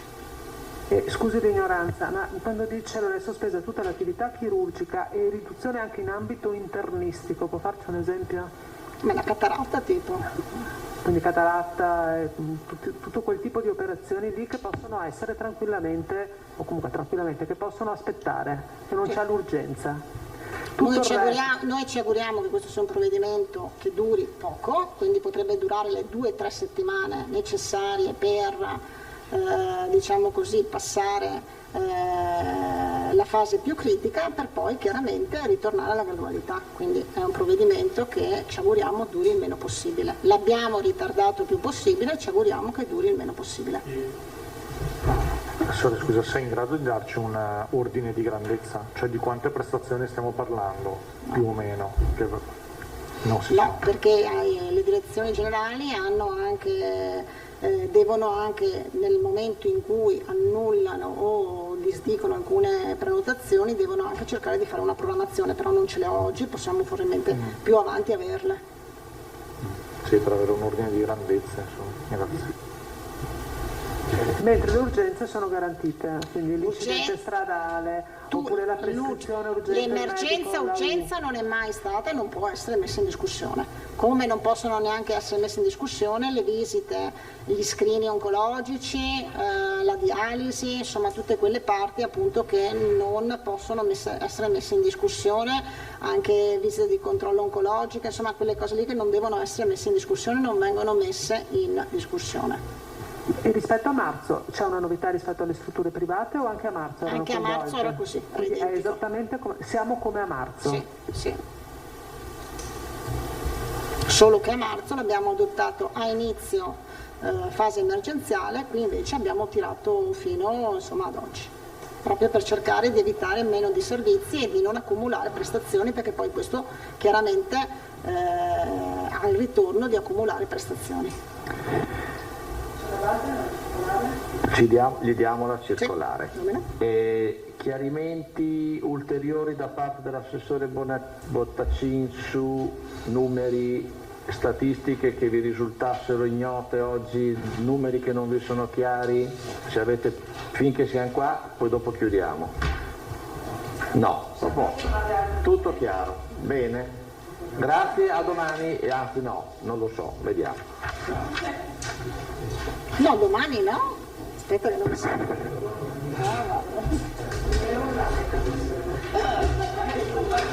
Allora così con questa incertezza se capire se domani ci sarà o meno la conferenza stampa di Zaia lo sapremo evidentemente più tardi. Si chiude questa nuova conferenza stampa del governatore Zaia. Avete sentito, ha parlato anche l'assessore regionale Lanzarin alla sanità, importante perché ha parlato di questa circolare che di fatto riporta la situazione degli ospedali come alla situazione di marzo, lo ha appena detto, e quindi la progressiva riduzione e stop se necessario dell'attività ordinaria degli ospedali per far fronte evidentemente all'emergenza. Lo ha detto rispetto a marzo, è stata avviata subito a marzo a fase emergenza appena iniziata questo provvedimento. Qui invece si è atteso fino a quando era possibile poterlo fare per evitare i disservizi, ma si va verso questa situazione. Ovviamente le urgenze e emergenze restano evidentemente garantite, ma si va verso questa situazione proprio per capire, per poter reggere l'urto dei prossimi 10 giorni, insomma i 10 giorni decisivi che ci portano al picco di novembre, e poi eventualmente a ritornare alla progressiva normalità. Lo ha auspicato l'assessore Lanzarin, quindi è una misura da vedere in termini ovviamente di preparazione, e prepararsi ovviamente al peggio è sempre ottimale per essere pronti. E poi il dato i dati che ha fornito il governatore Zaia, proprio un vero e proprio raffronto con marzo. Intanto vi diciamo, fra pochissimo ci colleghiamo con per parlare invece di coprifuoco con il comandante della polizia locale Gallo, ma qualche secondo ancora. Allora, 2740 sono i contagi delle ultime ore nel report dell'azienda Zero in Veneto, vanno a sommarsi a quelli delle 24 ore, insomma delle ultime ore, il report delle 18 di ieri, per un totale nuovo record purtroppo di nuovi contagi, 3.815 in Veneto, come vedete 626 a Verona, ci sono anche 15 decessi in totale, sono 186 le persone ricoverate in Veneto in terapia intensiva, ed è quello il dato come sempre da tenere d'occhio, perché lo ha spiegato Zaia, lo ha ribadito, insomma il numero dei nuovi casi positivi, che appunto sono 3.815 nell'arco delle 24 ore, sono così tanti perché tanti tamponi vengono fatti. Quindi in questo raffronto che ha fatto Zaia con marzo ha parlato appunto di tanti contagi, ma a fronte di tanti tamponi che invece non c'erano a marzo, e a tamponi, diciamo al numero di tamponi di adesso, Zaia ha detto avremmo avuto all'epoca, potevamo avere addirittura 6.000 casi positivi, quindi il dato dei tamponi dei casi positivi è strettamente legato al numero di tamponi. C'è rispetto a marzo la metà delle terapie intensive attivate, questo è il dato fondamentale.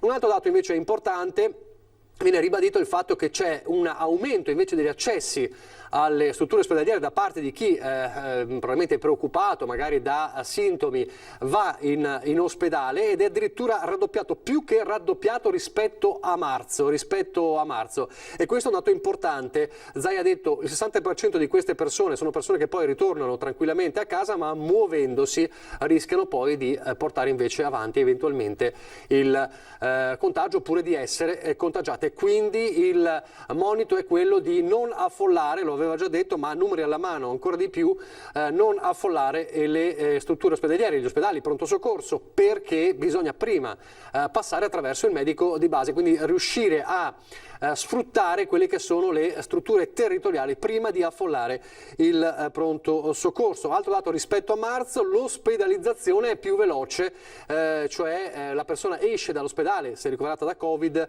più velocemente quando non è evidentemente in terapia intensiva. E poi l'altro dato rispetto a marzo, la età che si è abbassata. Sono tutti i fattori appunto che ci portano a ribadire, lo ha detto Zaia, insomma in una situazione in cui siamo verso la fase 4, l'assessore Lanzarini ha detto potremmo arrivarci, fase 4 del piano sanità pubblica, potremmo arrivarci insomma all'inizio della prossima settimana. Il trend più o meno di casi positivi è sempre lo stesso, siamo oltre 3.000 al giorno da qualche giorno, ma quello che ci interessa è ovviamente l'impatto sulle strutture ospedaliere, che è quello che poi porta nelle varie fasce. Però qui parliamo delle fasce del piano di sanità pubblica, non le fasce, le zone diciamo del governo. Il governatore ha anche ribadito non abbiamo notizie di eventuali cambiamenti del Veneto da zona gialla a zona arancione. Come sapete abbiamo citato prima le parole del ministro Speranza, che al Fatto Quotidiano aveva detto in queste ore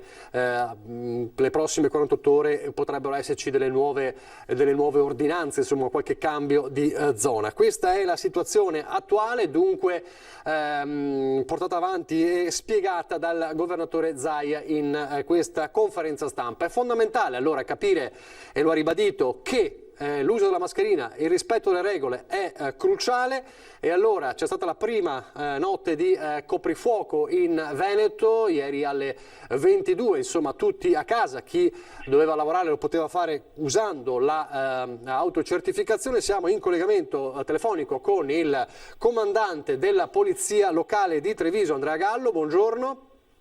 Buongiorno e grazie per l'invito. E allora, le possiamo chiedere com'è andata questa prima notte di controlli?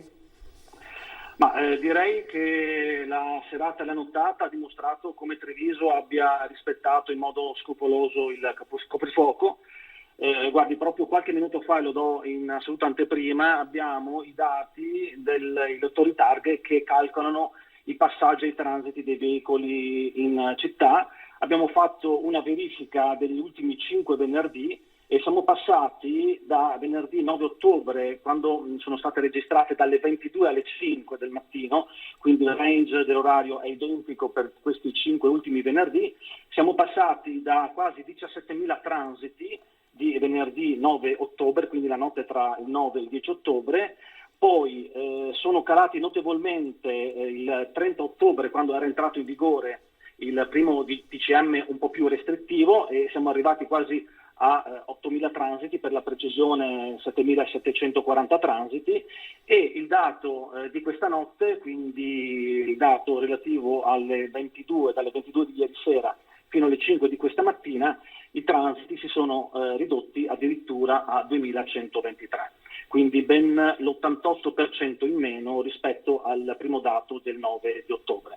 Quindi dati alla mano possiamo assolutamente testimoniare e documentare che la città di Treviso si è adeguata scrupolosamente al coprifuoco scattato ieri sera alle 22.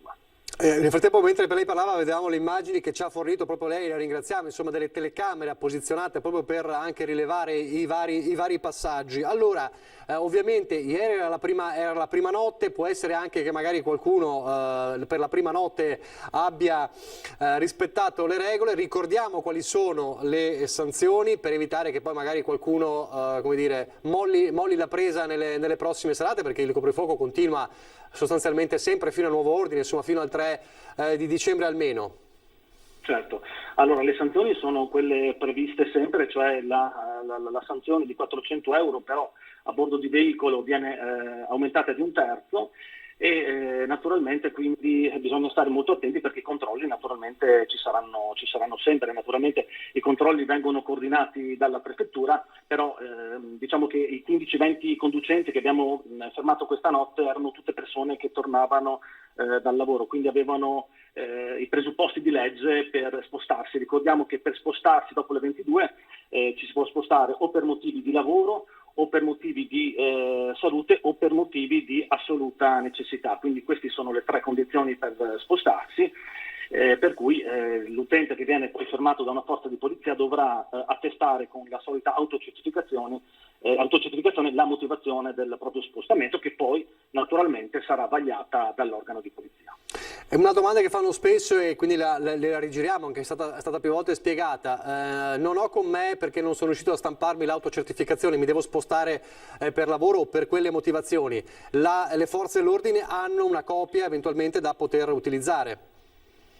Certo, le forze di polizia nell'ambito dei controlli, durante i controlli, hanno a disposizione dei moduli in bianco, in modo tale che se la persona non è riuscita a compilarlo a casa, lo può compilare tranquillamente di fronte all'agente di polizia, quindi nessun problema se una persona non ha a portata di mano l'autocertificazione. Ecco, da quello che, insomma, dalla sua esperienza di questi mesi, come si stanno comportando i trevigiani un po', al di là del coprifuoco? Ma devo dire che, come abbiamo testimoniato spesso, i trevigiani stanno ottemperando quelle che sono le regole, quindi quasi direi il 95% è in assoluta regolarità.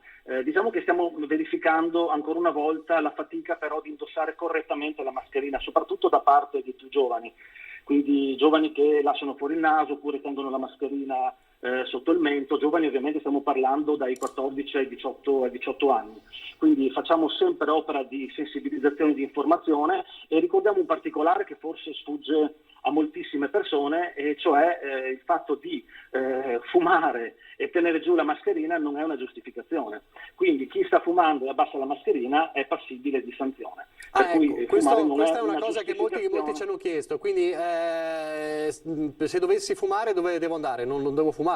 Devo essere un luogo assolutamente isolato, cioè fumare non è un diritto, per cui uno può fumare tranquillamente nella propria abitazione, oppure mettendosi in un luogo perfettamente isolato, dove anche la legge prevede il fatto che si possa omettere di indossare la mascherina, e quindi solo in quel caso si può fumare in tranquillità, soprattutto salvaguardando la salute degli altri. Ricordiamo che proprio il fatto di fumare, di alitare il fumo con persone vicine, aumenta notevolmente il rischio di contagio, quindi fumare non dà la possibilità di abbassarsi la mascherina. Ecco, questo è un dato che forse è sfuggito a molte persone, per cui se dovesse continuare ovviamente questo tipo di comportamento non potremmo che iniziare anche, dopo ovviamente un'opera di sensibilizzazione e di informazione, anche elevare qualche sanzione.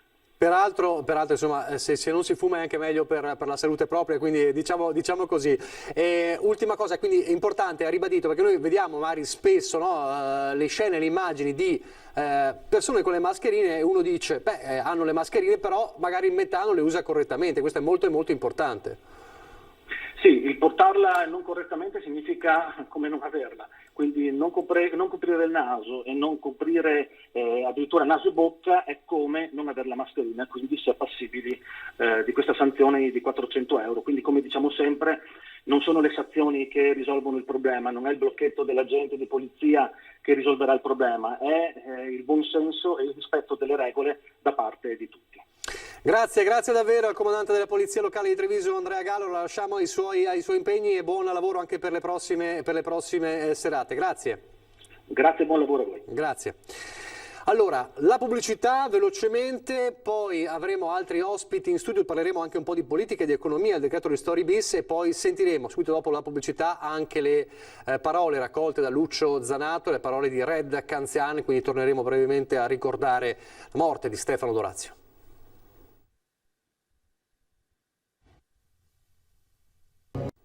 Rieccoci in studio in diretta, abbiamo parlato poco fa con il comandante della Polizia Locale di Treviso, Andrea Gallo, dunque ci ha fatto un po' il primo bilancio della prima notte di lockdown, almeno a Treviso, con sostanzialmente il rigore anche dei cittadini, ma ribadendo appunto il fatto che i controlli continueranno nelle prossime nottate, insomma ogni notte, come prevede peraltro la indicazione insomma del DPCM, e comunque anche chi è in zona gialla come il Veneto va incontro al lockdown, al coprifuoco dopo le 22.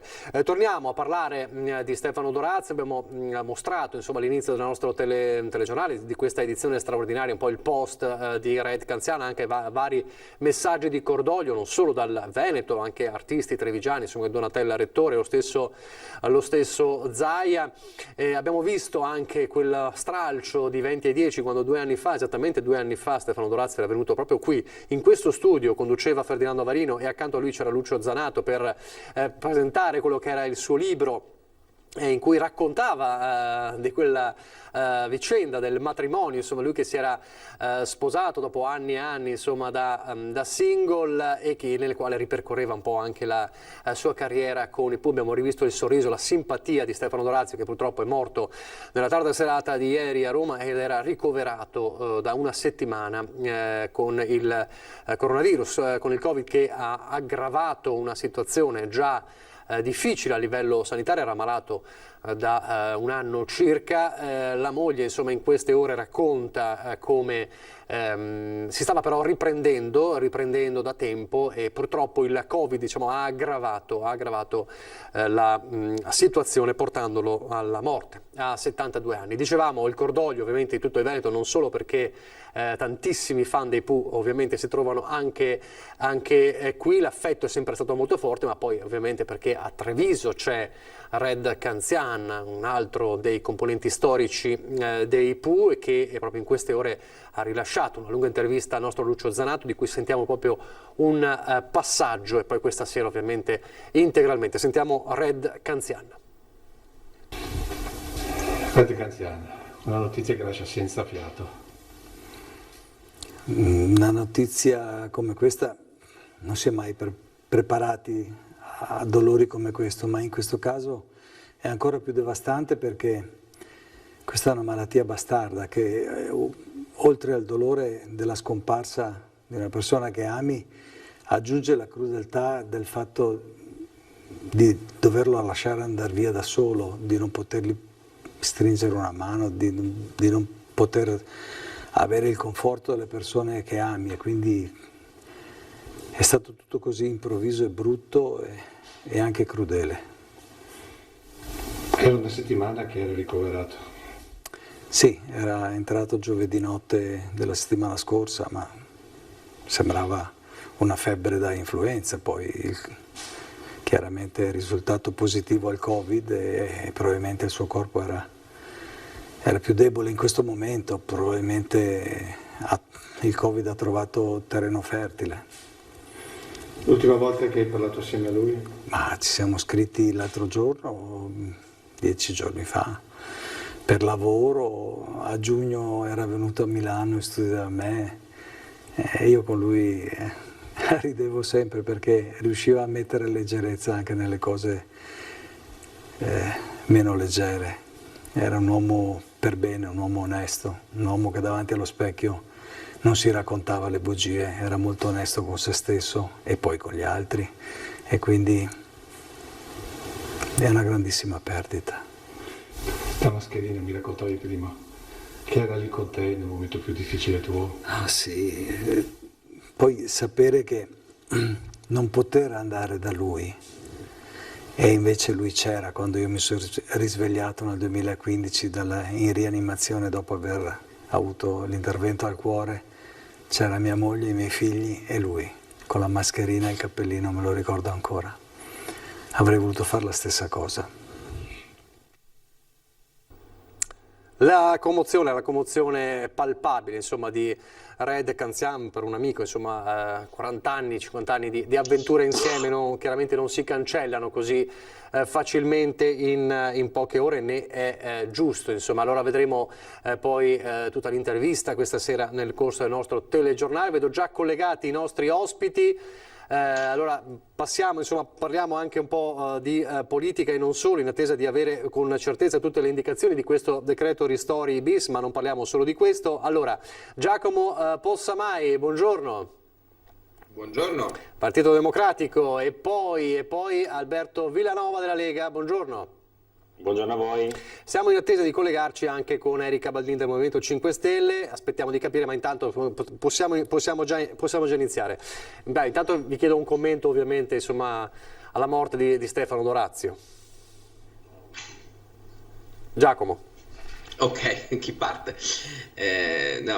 Ovviamente, insomma, è un dolore, è un momento difficile per tutto il mondo della cultura, e a maggior ragione una notizia così in questo momento assume un valore ancora più pesante. Quindi, insomma, abbiamo ascoltato adesso le parole di Red Canzian, insomma, è un momento difficile, e chi ha segnato pagine belle della storia del nostro paese, della nostra musica, insomma, va ricordato in maniera degna in questo momento.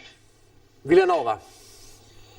Sì, è un grande lutto per la musica italiana, perché stiamo parlando sicuramente di un grande professionista che insieme ai Pooh ha venduto milioni e milioni di dischi e soprattutto è rimasto in auge per decenni, veramente per tantissimo tempo. E questo è un lutto che sicuramente colpisce la cultura e la musica italiana. Sentivo proprio prima il telegiornale un racconto di quella che è stata la carriera di Stefano Dorazio insieme alla band, e devo dire che veramente impressiona anche il rapporto che c'era tra i vari componenti della band fino a quando si sono sciolti poco tempo fa. Io devo dire l'ho apprezzato quando hanno fatto l'ultimo concerto a Treviso. Sono andato a vederli anche un po' per curiosità, non essendo un grande appassionato, però comunque devo dire che ho apprezzato molto la professionalità e la passione che proprio traspariva dalla performance che facevano sul palco. Quindi veramente penso sia un lutto che colpisce profondamente la musica italiana e tutti noi. Nel frattempo ci ha raggiunto anche Erika Baldin, buongiorno, Movimento 5 Stelle, buongiorno e ben ritrovata. Anche a lei chiedo una parola, insomma, per Stefano Dorazio, insomma, questo leggendario musicista dei Pooh. Beh, sono persone immortali, rimarranno sempre nelle memorie e nei pensieri delle persone, chiaramente. Gente che ha fatto la storia della musica italiana e continuerà ad essere ricordato. Dispiace ovviamente per quello che è successo, dispiace anche di più perché la sua morte, ho sentito, insomma, è legata, insomma, al Covid. E quindi questo ci deve far riflettere su quello che possiamo fare noi oggi per evitare che il contagio si diffonda a macchia d'olio, come purtroppo sta avvenendo in tanti casi, quindi cercare di fare il possibile per salvare noi stessi, ma soprattutto anche gli altri che ci circondano, perché proprio il contagio dipende in questo momento da noi, quindi la nostra attenzione massima deve essere rivolta alle misure di sicurezza, a portare la mascherina e anche a farla portare correttamente agli altri.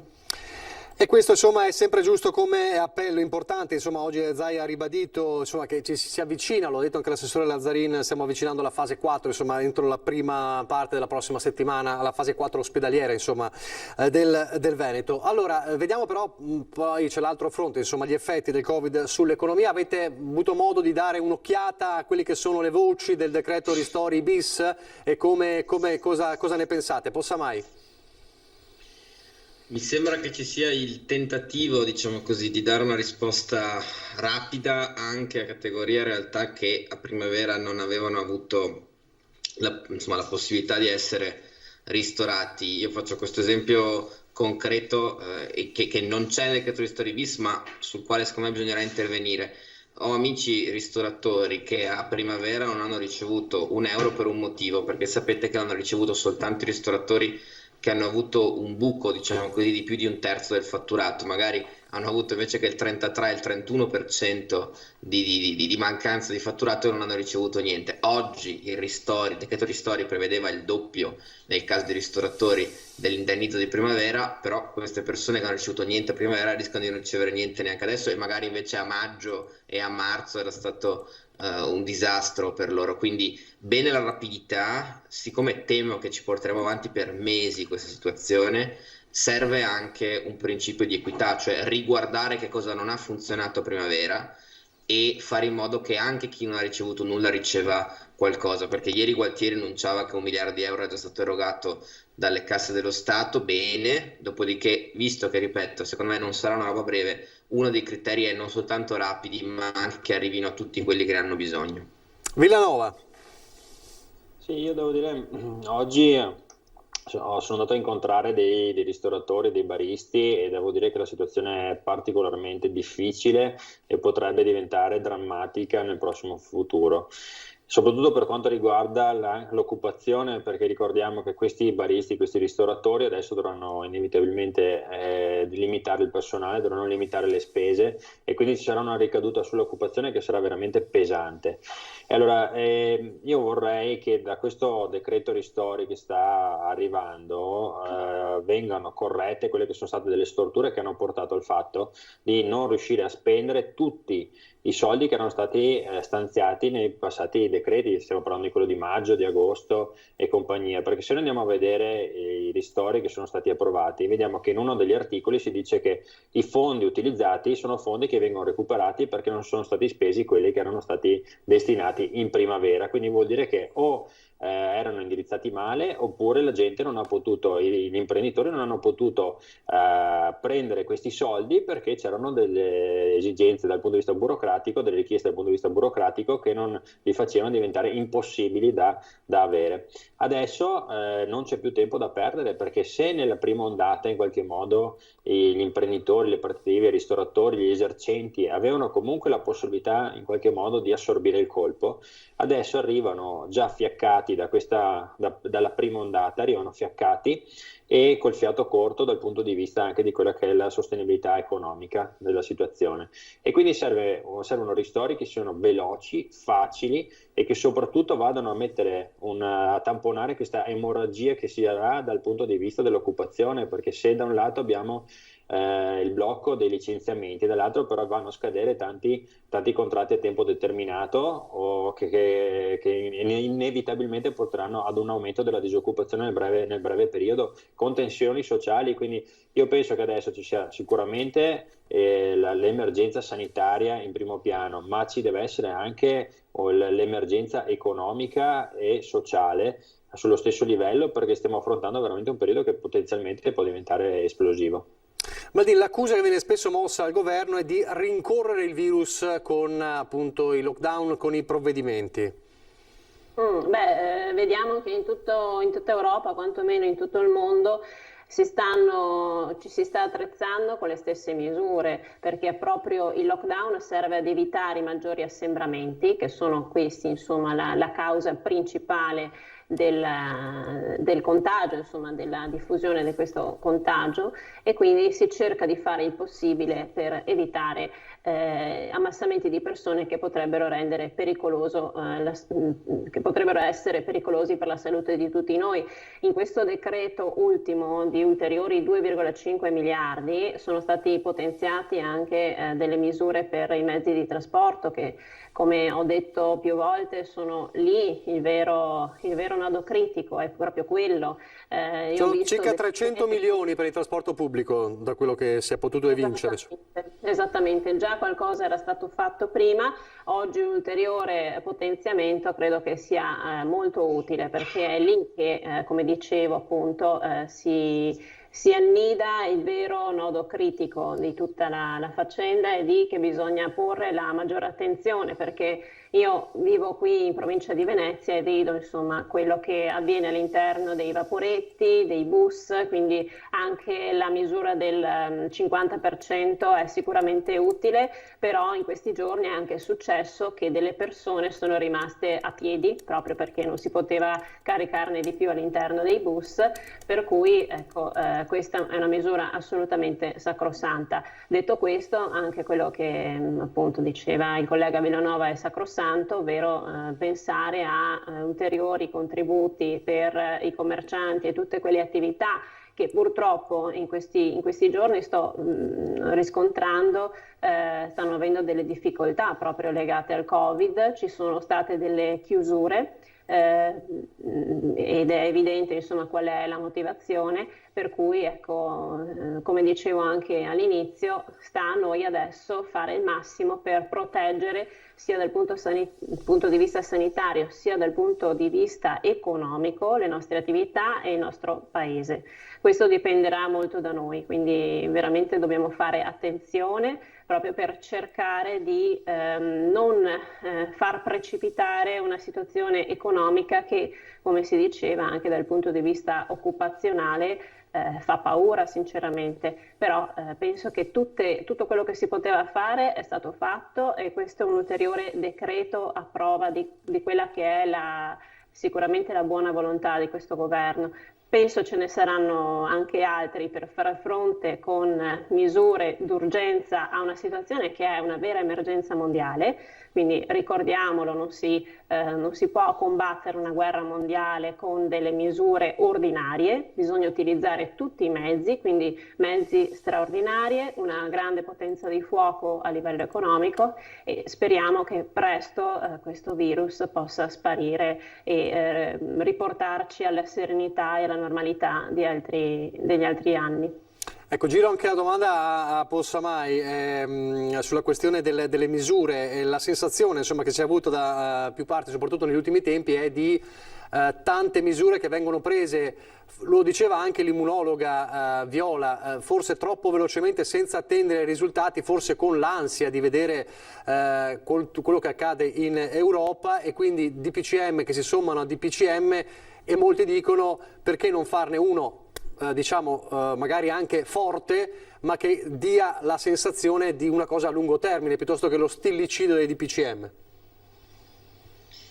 Sì, è comprensibile. La cosa più importante secondo me è guardare a cosa capita in giro per il mondo. Io faccio questi due esempi. Da un lato c'è l'esempio australiano, cioè l'Australia, che è un modello che qualcuno sta tirando fuori in queste settimane, ha fatto una scelta molto radicale, cioè ha deciso sostanzialmente un lockdown leggero ma costante, per cui ci si può muovere massimo 5 km da casa, la gran parte degli esercizi sono chiusi, insomma una situazione prolungata nel tempo e radicale, e che però ha un impatto sull'economia ovviamente molto molto pesante. Oggi l'Australia è in assoluto tra i paesi occidentali quello che è più tranquillo sul piano della diffusione della pandemia. Oppure il tentativo di adeguare le misure e di impattare il meno possibile sull'economia, ovviamente meno possibile ma tantissimo, perché vediamo in questi giorni cosa sta capitando in Italia, nel senso che mi sembra che il governo stia provando a prolungare il più possibile le aperture, il fatto di arrivare il più tardi possibile eventualmente a una chiusura radicale, più simile a quello che è capitato in Francia già in queste settimane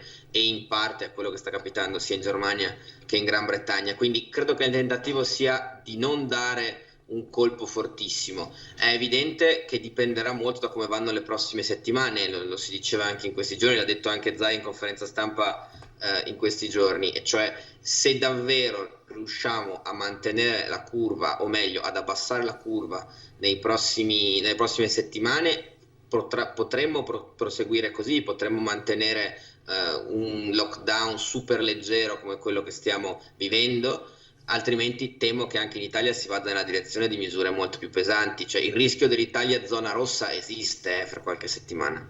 Villanova, si doveva far prima, come ha detto l'opposizione in questi giorni, Lega e Fratelli d'Italia?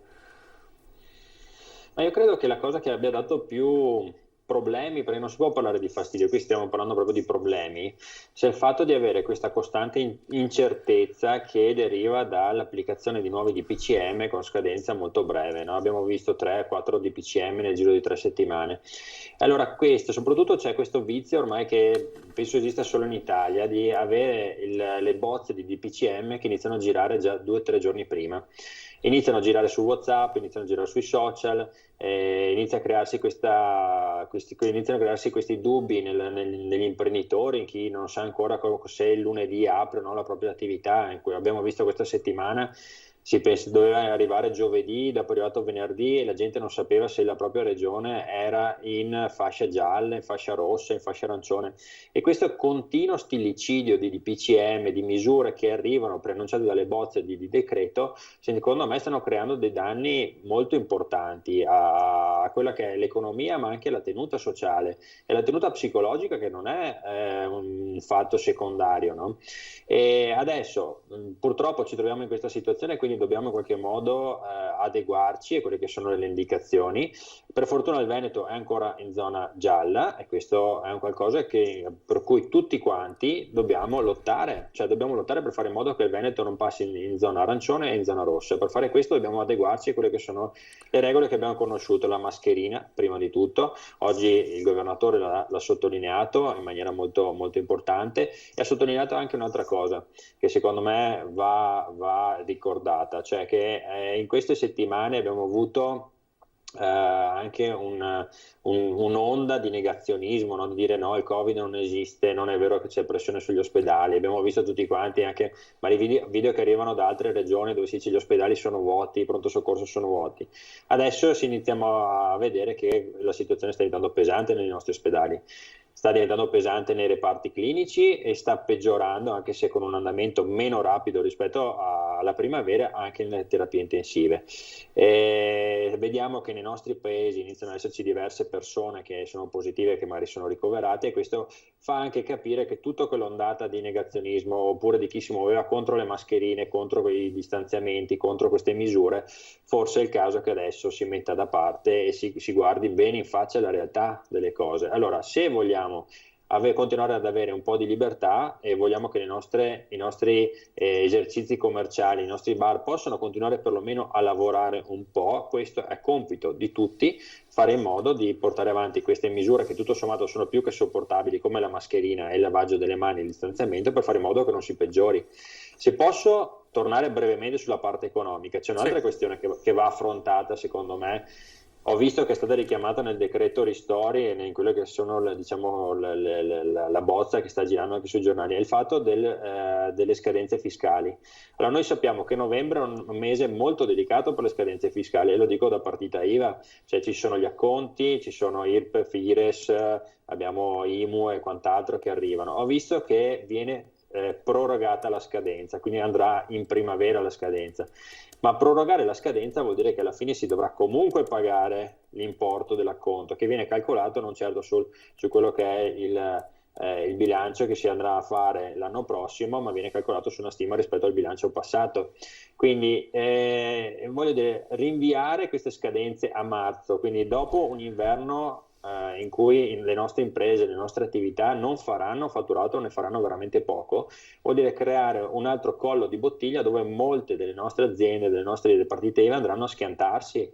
È per questo che ci dovrebbe essere un po' di attenzione quando si fanno questi decreti anche dal punto di vista fiscale, perché non si va a risolvere la questione, ma ci troveremo con tantissime aziende che dovranno indebitarsi, come hanno fatto a maggio e giugno, per pagare le tasse. Perché ricordiamo che anche tutti quei decreti che sono arrivati in primavera per dare liquidità attraverso le banche alle imprese sono servite poi per farle indebitare, per pagare le tasse, e questo va ricordato e non vorrei che succedesse di nuovo.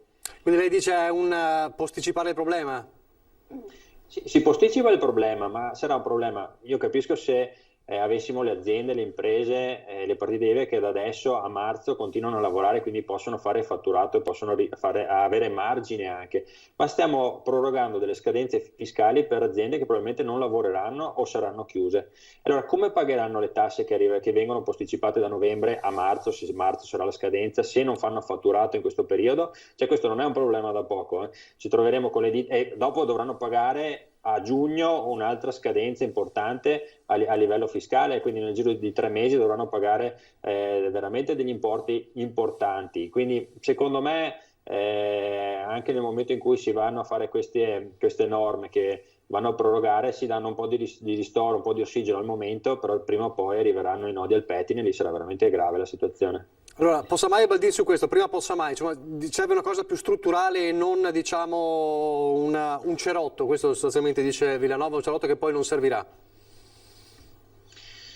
Beh, è evidente che più durerà questa situazione, più di fatto ci dovremo abituare alla convivenza con il virus, quindi le misure tampone servono nel momento in cui tu hai un'emergenza che non conosci e un'emergenza che ti capita tra capo e collo. Siccome noi adesso abbiamo la certezza che anche il vaccino arrivasse a primavera, ora che tutti vengono vaccinati e che realmente scavalliamo in questa situazione, prima di un anno e qualcosa in più probabilmente non ne usciremo in maniera reale e definitiva, quindi non è pensabile che facciamo un decreto ristori ogni 3 mesi, questo è vero, questo è evidente, quindi serve assolutamente un piano di lungo periodo che ci consenta da qui a 1 anno e mezzo di portare fuori da questa crisi, fuori da questa situazione più aziende, più realtà, più professionisti possibile, perché altrimenti rischiamo di ritrovarci magari con una pandemia alle spalle, ma anche con un'economia letteralmente distrutta.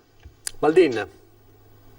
Ma il fatto che non si possa prendere misure, diciamo, durature o continuative è evidente. Il fatto è che siccome si tratta di un andamento che cambia ogni giorno, perché se guardiamo anche soltanto ai dati del Veneto, oggi è un altro record di contagi, più di 3.800 persone contagiate in 24 ore.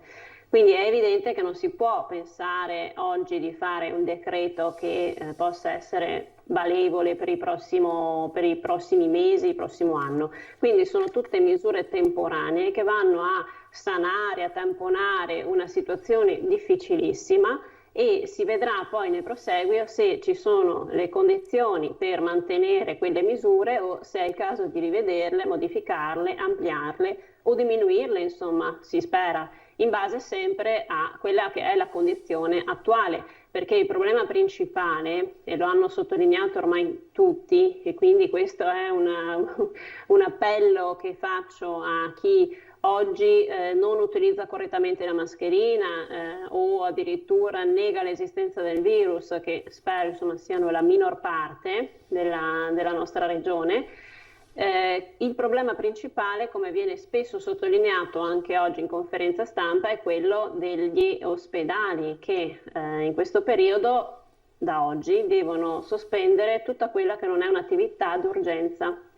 E quindi il problema è serio, non pensiamo di avere una sanità che possa permettersi di affrontare una guerra come questa. L'attenzione deve essere massima proprio per evitare che ci sia un'adeguata cura per tutti, quindi anche per chi oggi non ha il Covid e che possa andare in ospedale, fare degli esami, fare degli accertamenti, fare delle operazioni.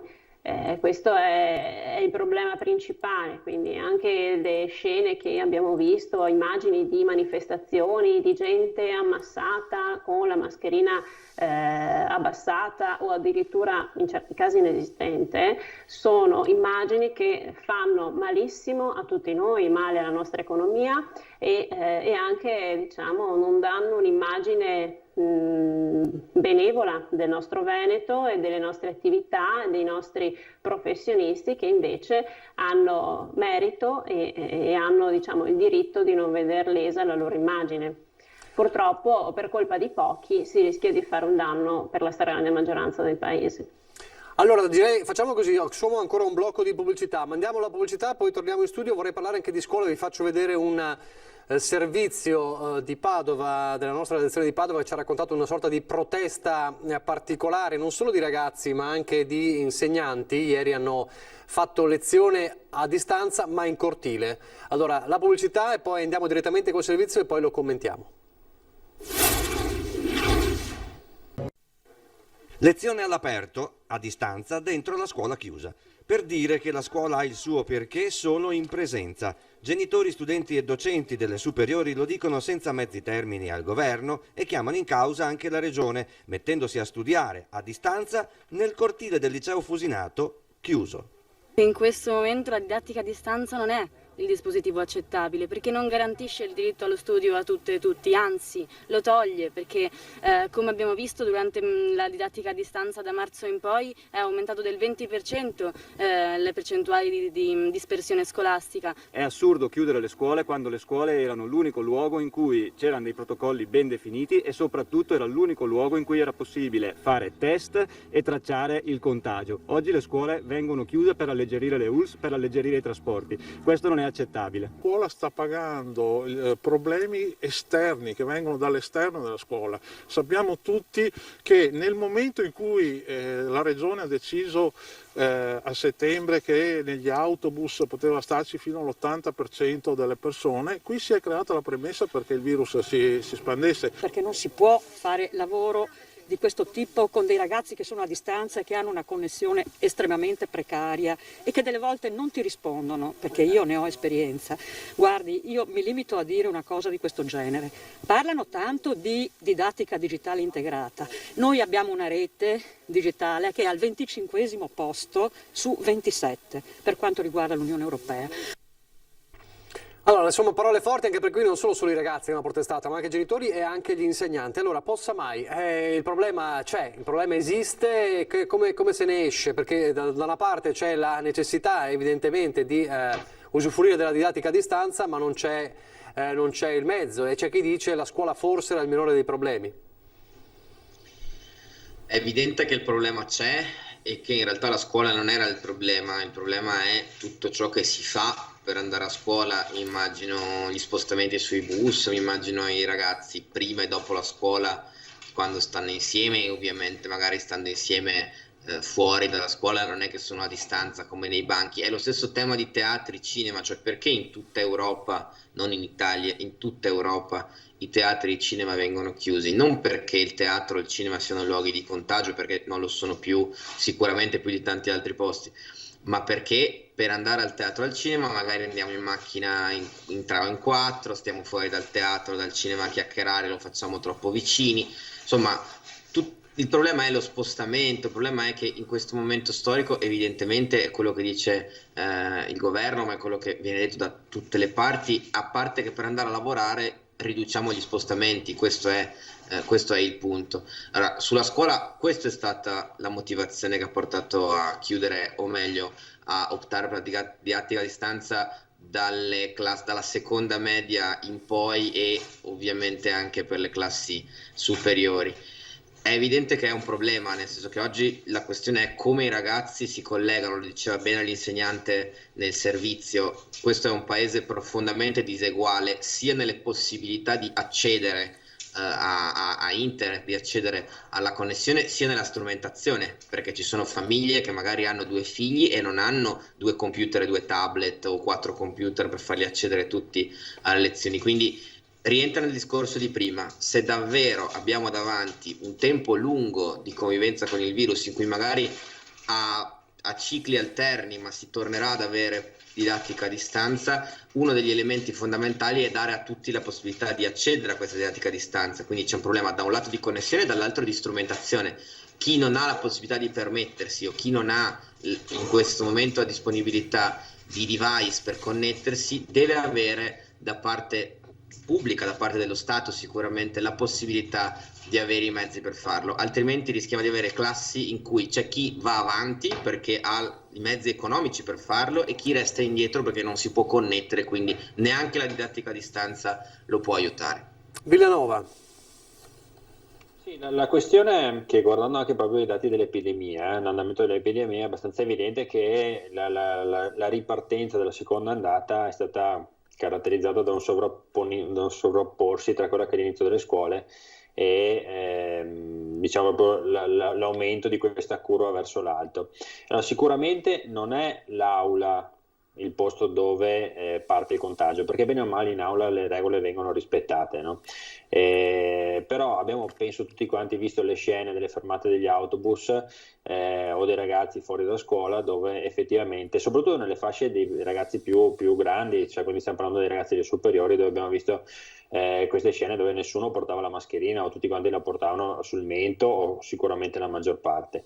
Allora, se è vero che la scuola è fondamentale, il diritto allo studio è fondamentale, e penso sia giusto anche lottare fino all'ultimo giorno affinché le scuole possano rimanere aperte, è anche vero che però bisogna chiedere grande responsabilità da parte di tutti. La didattica a distanza non è facile, sicuramente non porta un apprendimento allo stesso livello della didattica in presenza, questo è qualcosa di chiaro ed evidente a tutti quanti, però in questo momento penso, soprattutto per le classi dei ragazzi più grandi, penso sia inevitabile. L'aveva chiesto già il governatore qualche settimana fa, prima che venisse chiuso dal governo, il fatto di, soprattutto per dai 16 anni in su, di avere una didattica a distanza a rotazione, proprio per evitare che ci siano questi assembramenti al di fuori della scuola, cioè prima e dopo la scuola. Poi è anche vero che bisogna ricordare una cosa per quello che riguarda la possibilità di collegamento e quindi le linee e la velocità di collegamento. Io voglio ricordare che la rete della fibra per tutto il Veneto è già finanziata, è finanziata dalla Regione, è finanziata da Cassa Depositi e Prestiti, ed è proprio una società di Cassa Depositi e Prestiti Open Fiber che dovrebbe fare questi lavori, e pur essendo finanziate non sono stati portati avanti in questi anni. C'è un progetto che è già esecutivo, già finanziato, che però non viene portato avanti perché l'azienda di Stato che dovrebbe farlo si è piantata a quei lavori. Questo bisogna ricordarlo, perché se i soldi ci sono, per una volta i soldi ci sono, si può fare quest'opera, eppure non va avanti. Quindi c'è una situazione evidente anche qui di carenza da parte di queste società parastatali che non fanno il loro dovere. Questo in parte risponde a una domanda che volevo girare a Erika Baldin, ed è un po' il refrain: perché non agire prima sapendo che ci sarebbe stato questo problema nella scuola? Lo sapevamo della seconda ondata, qualcuno la negava la seconda ondata, ma insomma lo si sapeva. Perché non agire su didattica a distanza e quindi maggiore connettività, e sul trasporto pubblico? Poi sul trasporto pubblico si è aperto dibattito, chi doveva intervenire, regioni e Stato, insomma, perché non farlo prima durante quest'estate? Beh, diciamo che questa emergenza ha mostrato tutte le lacune del nostro sistema, non solo trasportistico ma anche scolastico, in una scuola che non vedeva investimenti degni di questo nome da decenni. Anzi, negli ultimi anni si è sempre tagliato proprio sulla scuola, sugli insegnanti, sulle dotazioni, e oggi appunto è esploso il tutto, e questo ci fa capire che è arrivata finalmente l'ora di invertire la rotta, come per la sanità del resto. E la necessità oggi, appunto quella più evidente, più concreta, è quella di avere una banda larga efficiente per tutti. C'è un divario digitale che copre tutti, a prescindere anche dalle disponibilità economiche, ma questi sono investimenti che si fanno e interventi che si fanno, che si realizzano in mesi se non anni, quindi era impensabile realizzare, diciamo, un'infrastruttura digitale all'altezza della situazione in pochissimo come adesso. L'attenzione deve essere rivolta chiaramente al futuro, Per quello che si può fare, chiarisco, sul sistema di trasporto pubblico sono stati destinati questi milioni di euro, 300 prima e ne arrivano altri 300 adesso, anche per potenziarlo e quindi fare in modo che il privato, attraverso delle convenzioni, riesca a venire in soccorso al pubblico per evitare i sovraffollamenti o evitare, come dicevo prima, che le persone restino piedi. Poi dall'altro lato sappiamo che l'altra questione fondamentale della digitalizzazione, che vale anche per il lavoro, perché stiamo parlando di smart working, dello smart dove working, certo. Il 50% dei dipendenti della pubblica amministrazione sono a casa, lavorano da casa, spesso non hanno la strumentazione o la banda appunto che regge per fare discretamente il loro lavoro, per cui è da rivedere veramente tutto il sistema italiano alla luce di quella che è una bomba sicuramente sociale, sanitaria, ma che dopo una guerra insomma o si va avanti più spediti di prima o si torna indietro. Io spero nella prima, chiaramente. Certo, però lo speriamo. questo deve farci ragionare sul fatto di avere delle priorità da seguire, e una di queste è sicuramente la digitalizzazione del paese, e ne va appunto non solo della scuola, del lavoro, per le imprese e tutto il resto. Benissimo, Sì, grazie. sì. Allora, no, Se posso? Sì. Velocemente.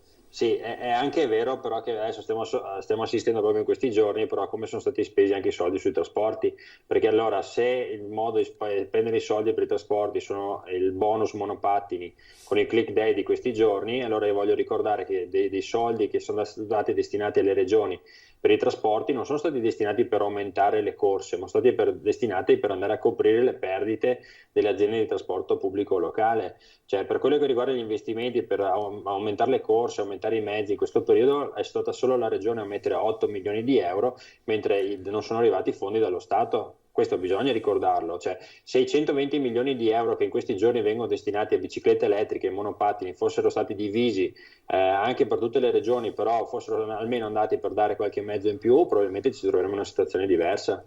Possa mai chiude lei su questo? Chiudo io dicendo che in realtà se c'è una regione che sul trasporto pubblico ha sempre investito pochissimo, purtroppo è il Veneto, dagli abbonamenti per i pendolari dei treni fino al trasporto pubblico relativamente ai bus, quindi in realtà c'è una colpa storica anche della regione che non c'entra con la pandemia.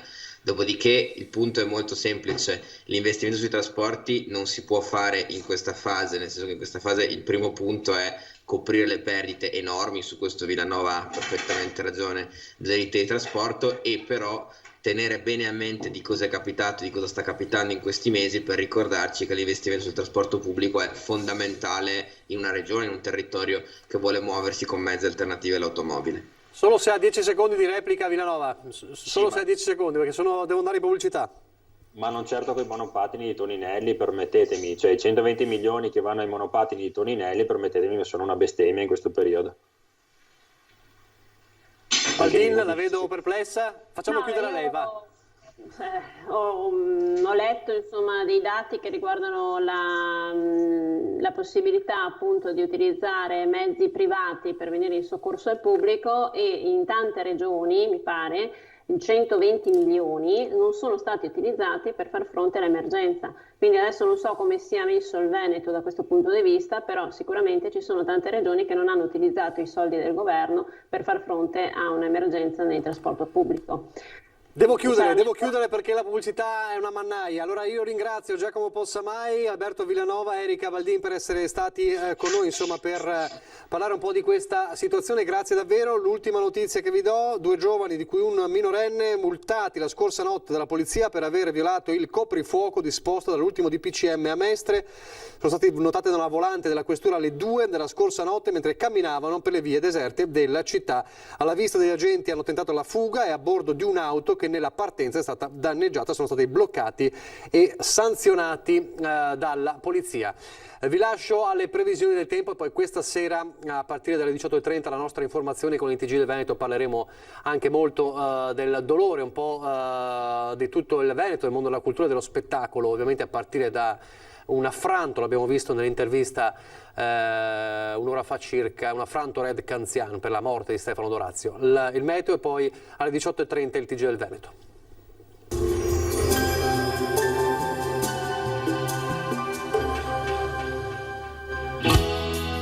Il dono del sangue è un atto d'amore. Ti aspettiamo. Bentrovati al meteo. Una vasta area di alta pressione interessa quasi tutta l'Europa, influenzando il tempo dei prossimi giorni anche al nord-est. La situazione nel dettaglio. Sul Veneto nelle ore più fredde saranno possibili alcune foschie o nebbie in pianura, nonché sui fondovalle, ma in rapido dissolvimento. La nostra grafica ci mostra che sarà tutto sommato una giornata decisamente soleggiata con cielo per lo più sereno. Temperature stazionarie minime fino a 9 gradi, valori massimi compresi invece tra i 15 e i 17 gradi all'incirca. Ci spostiamo ora sul Friuli Venezia Giulia, dove non cambia lo scenario, anche qui avremo una splendida giornata all'insegna del sole, cielo sereno o velato. Temperature minime tra 6 e 11 gradi, massime sui 17-19 gradi. Situazione simile infine anche sul Trentino Alto Adige, con tanto sole vedete su tutti i settori, non sono attese piogge particolarmente degne di nota.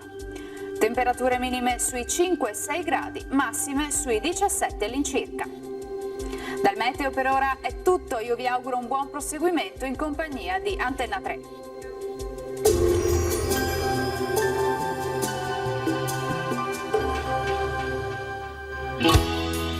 Se puoi, dona, se non puoi, spargi la voce.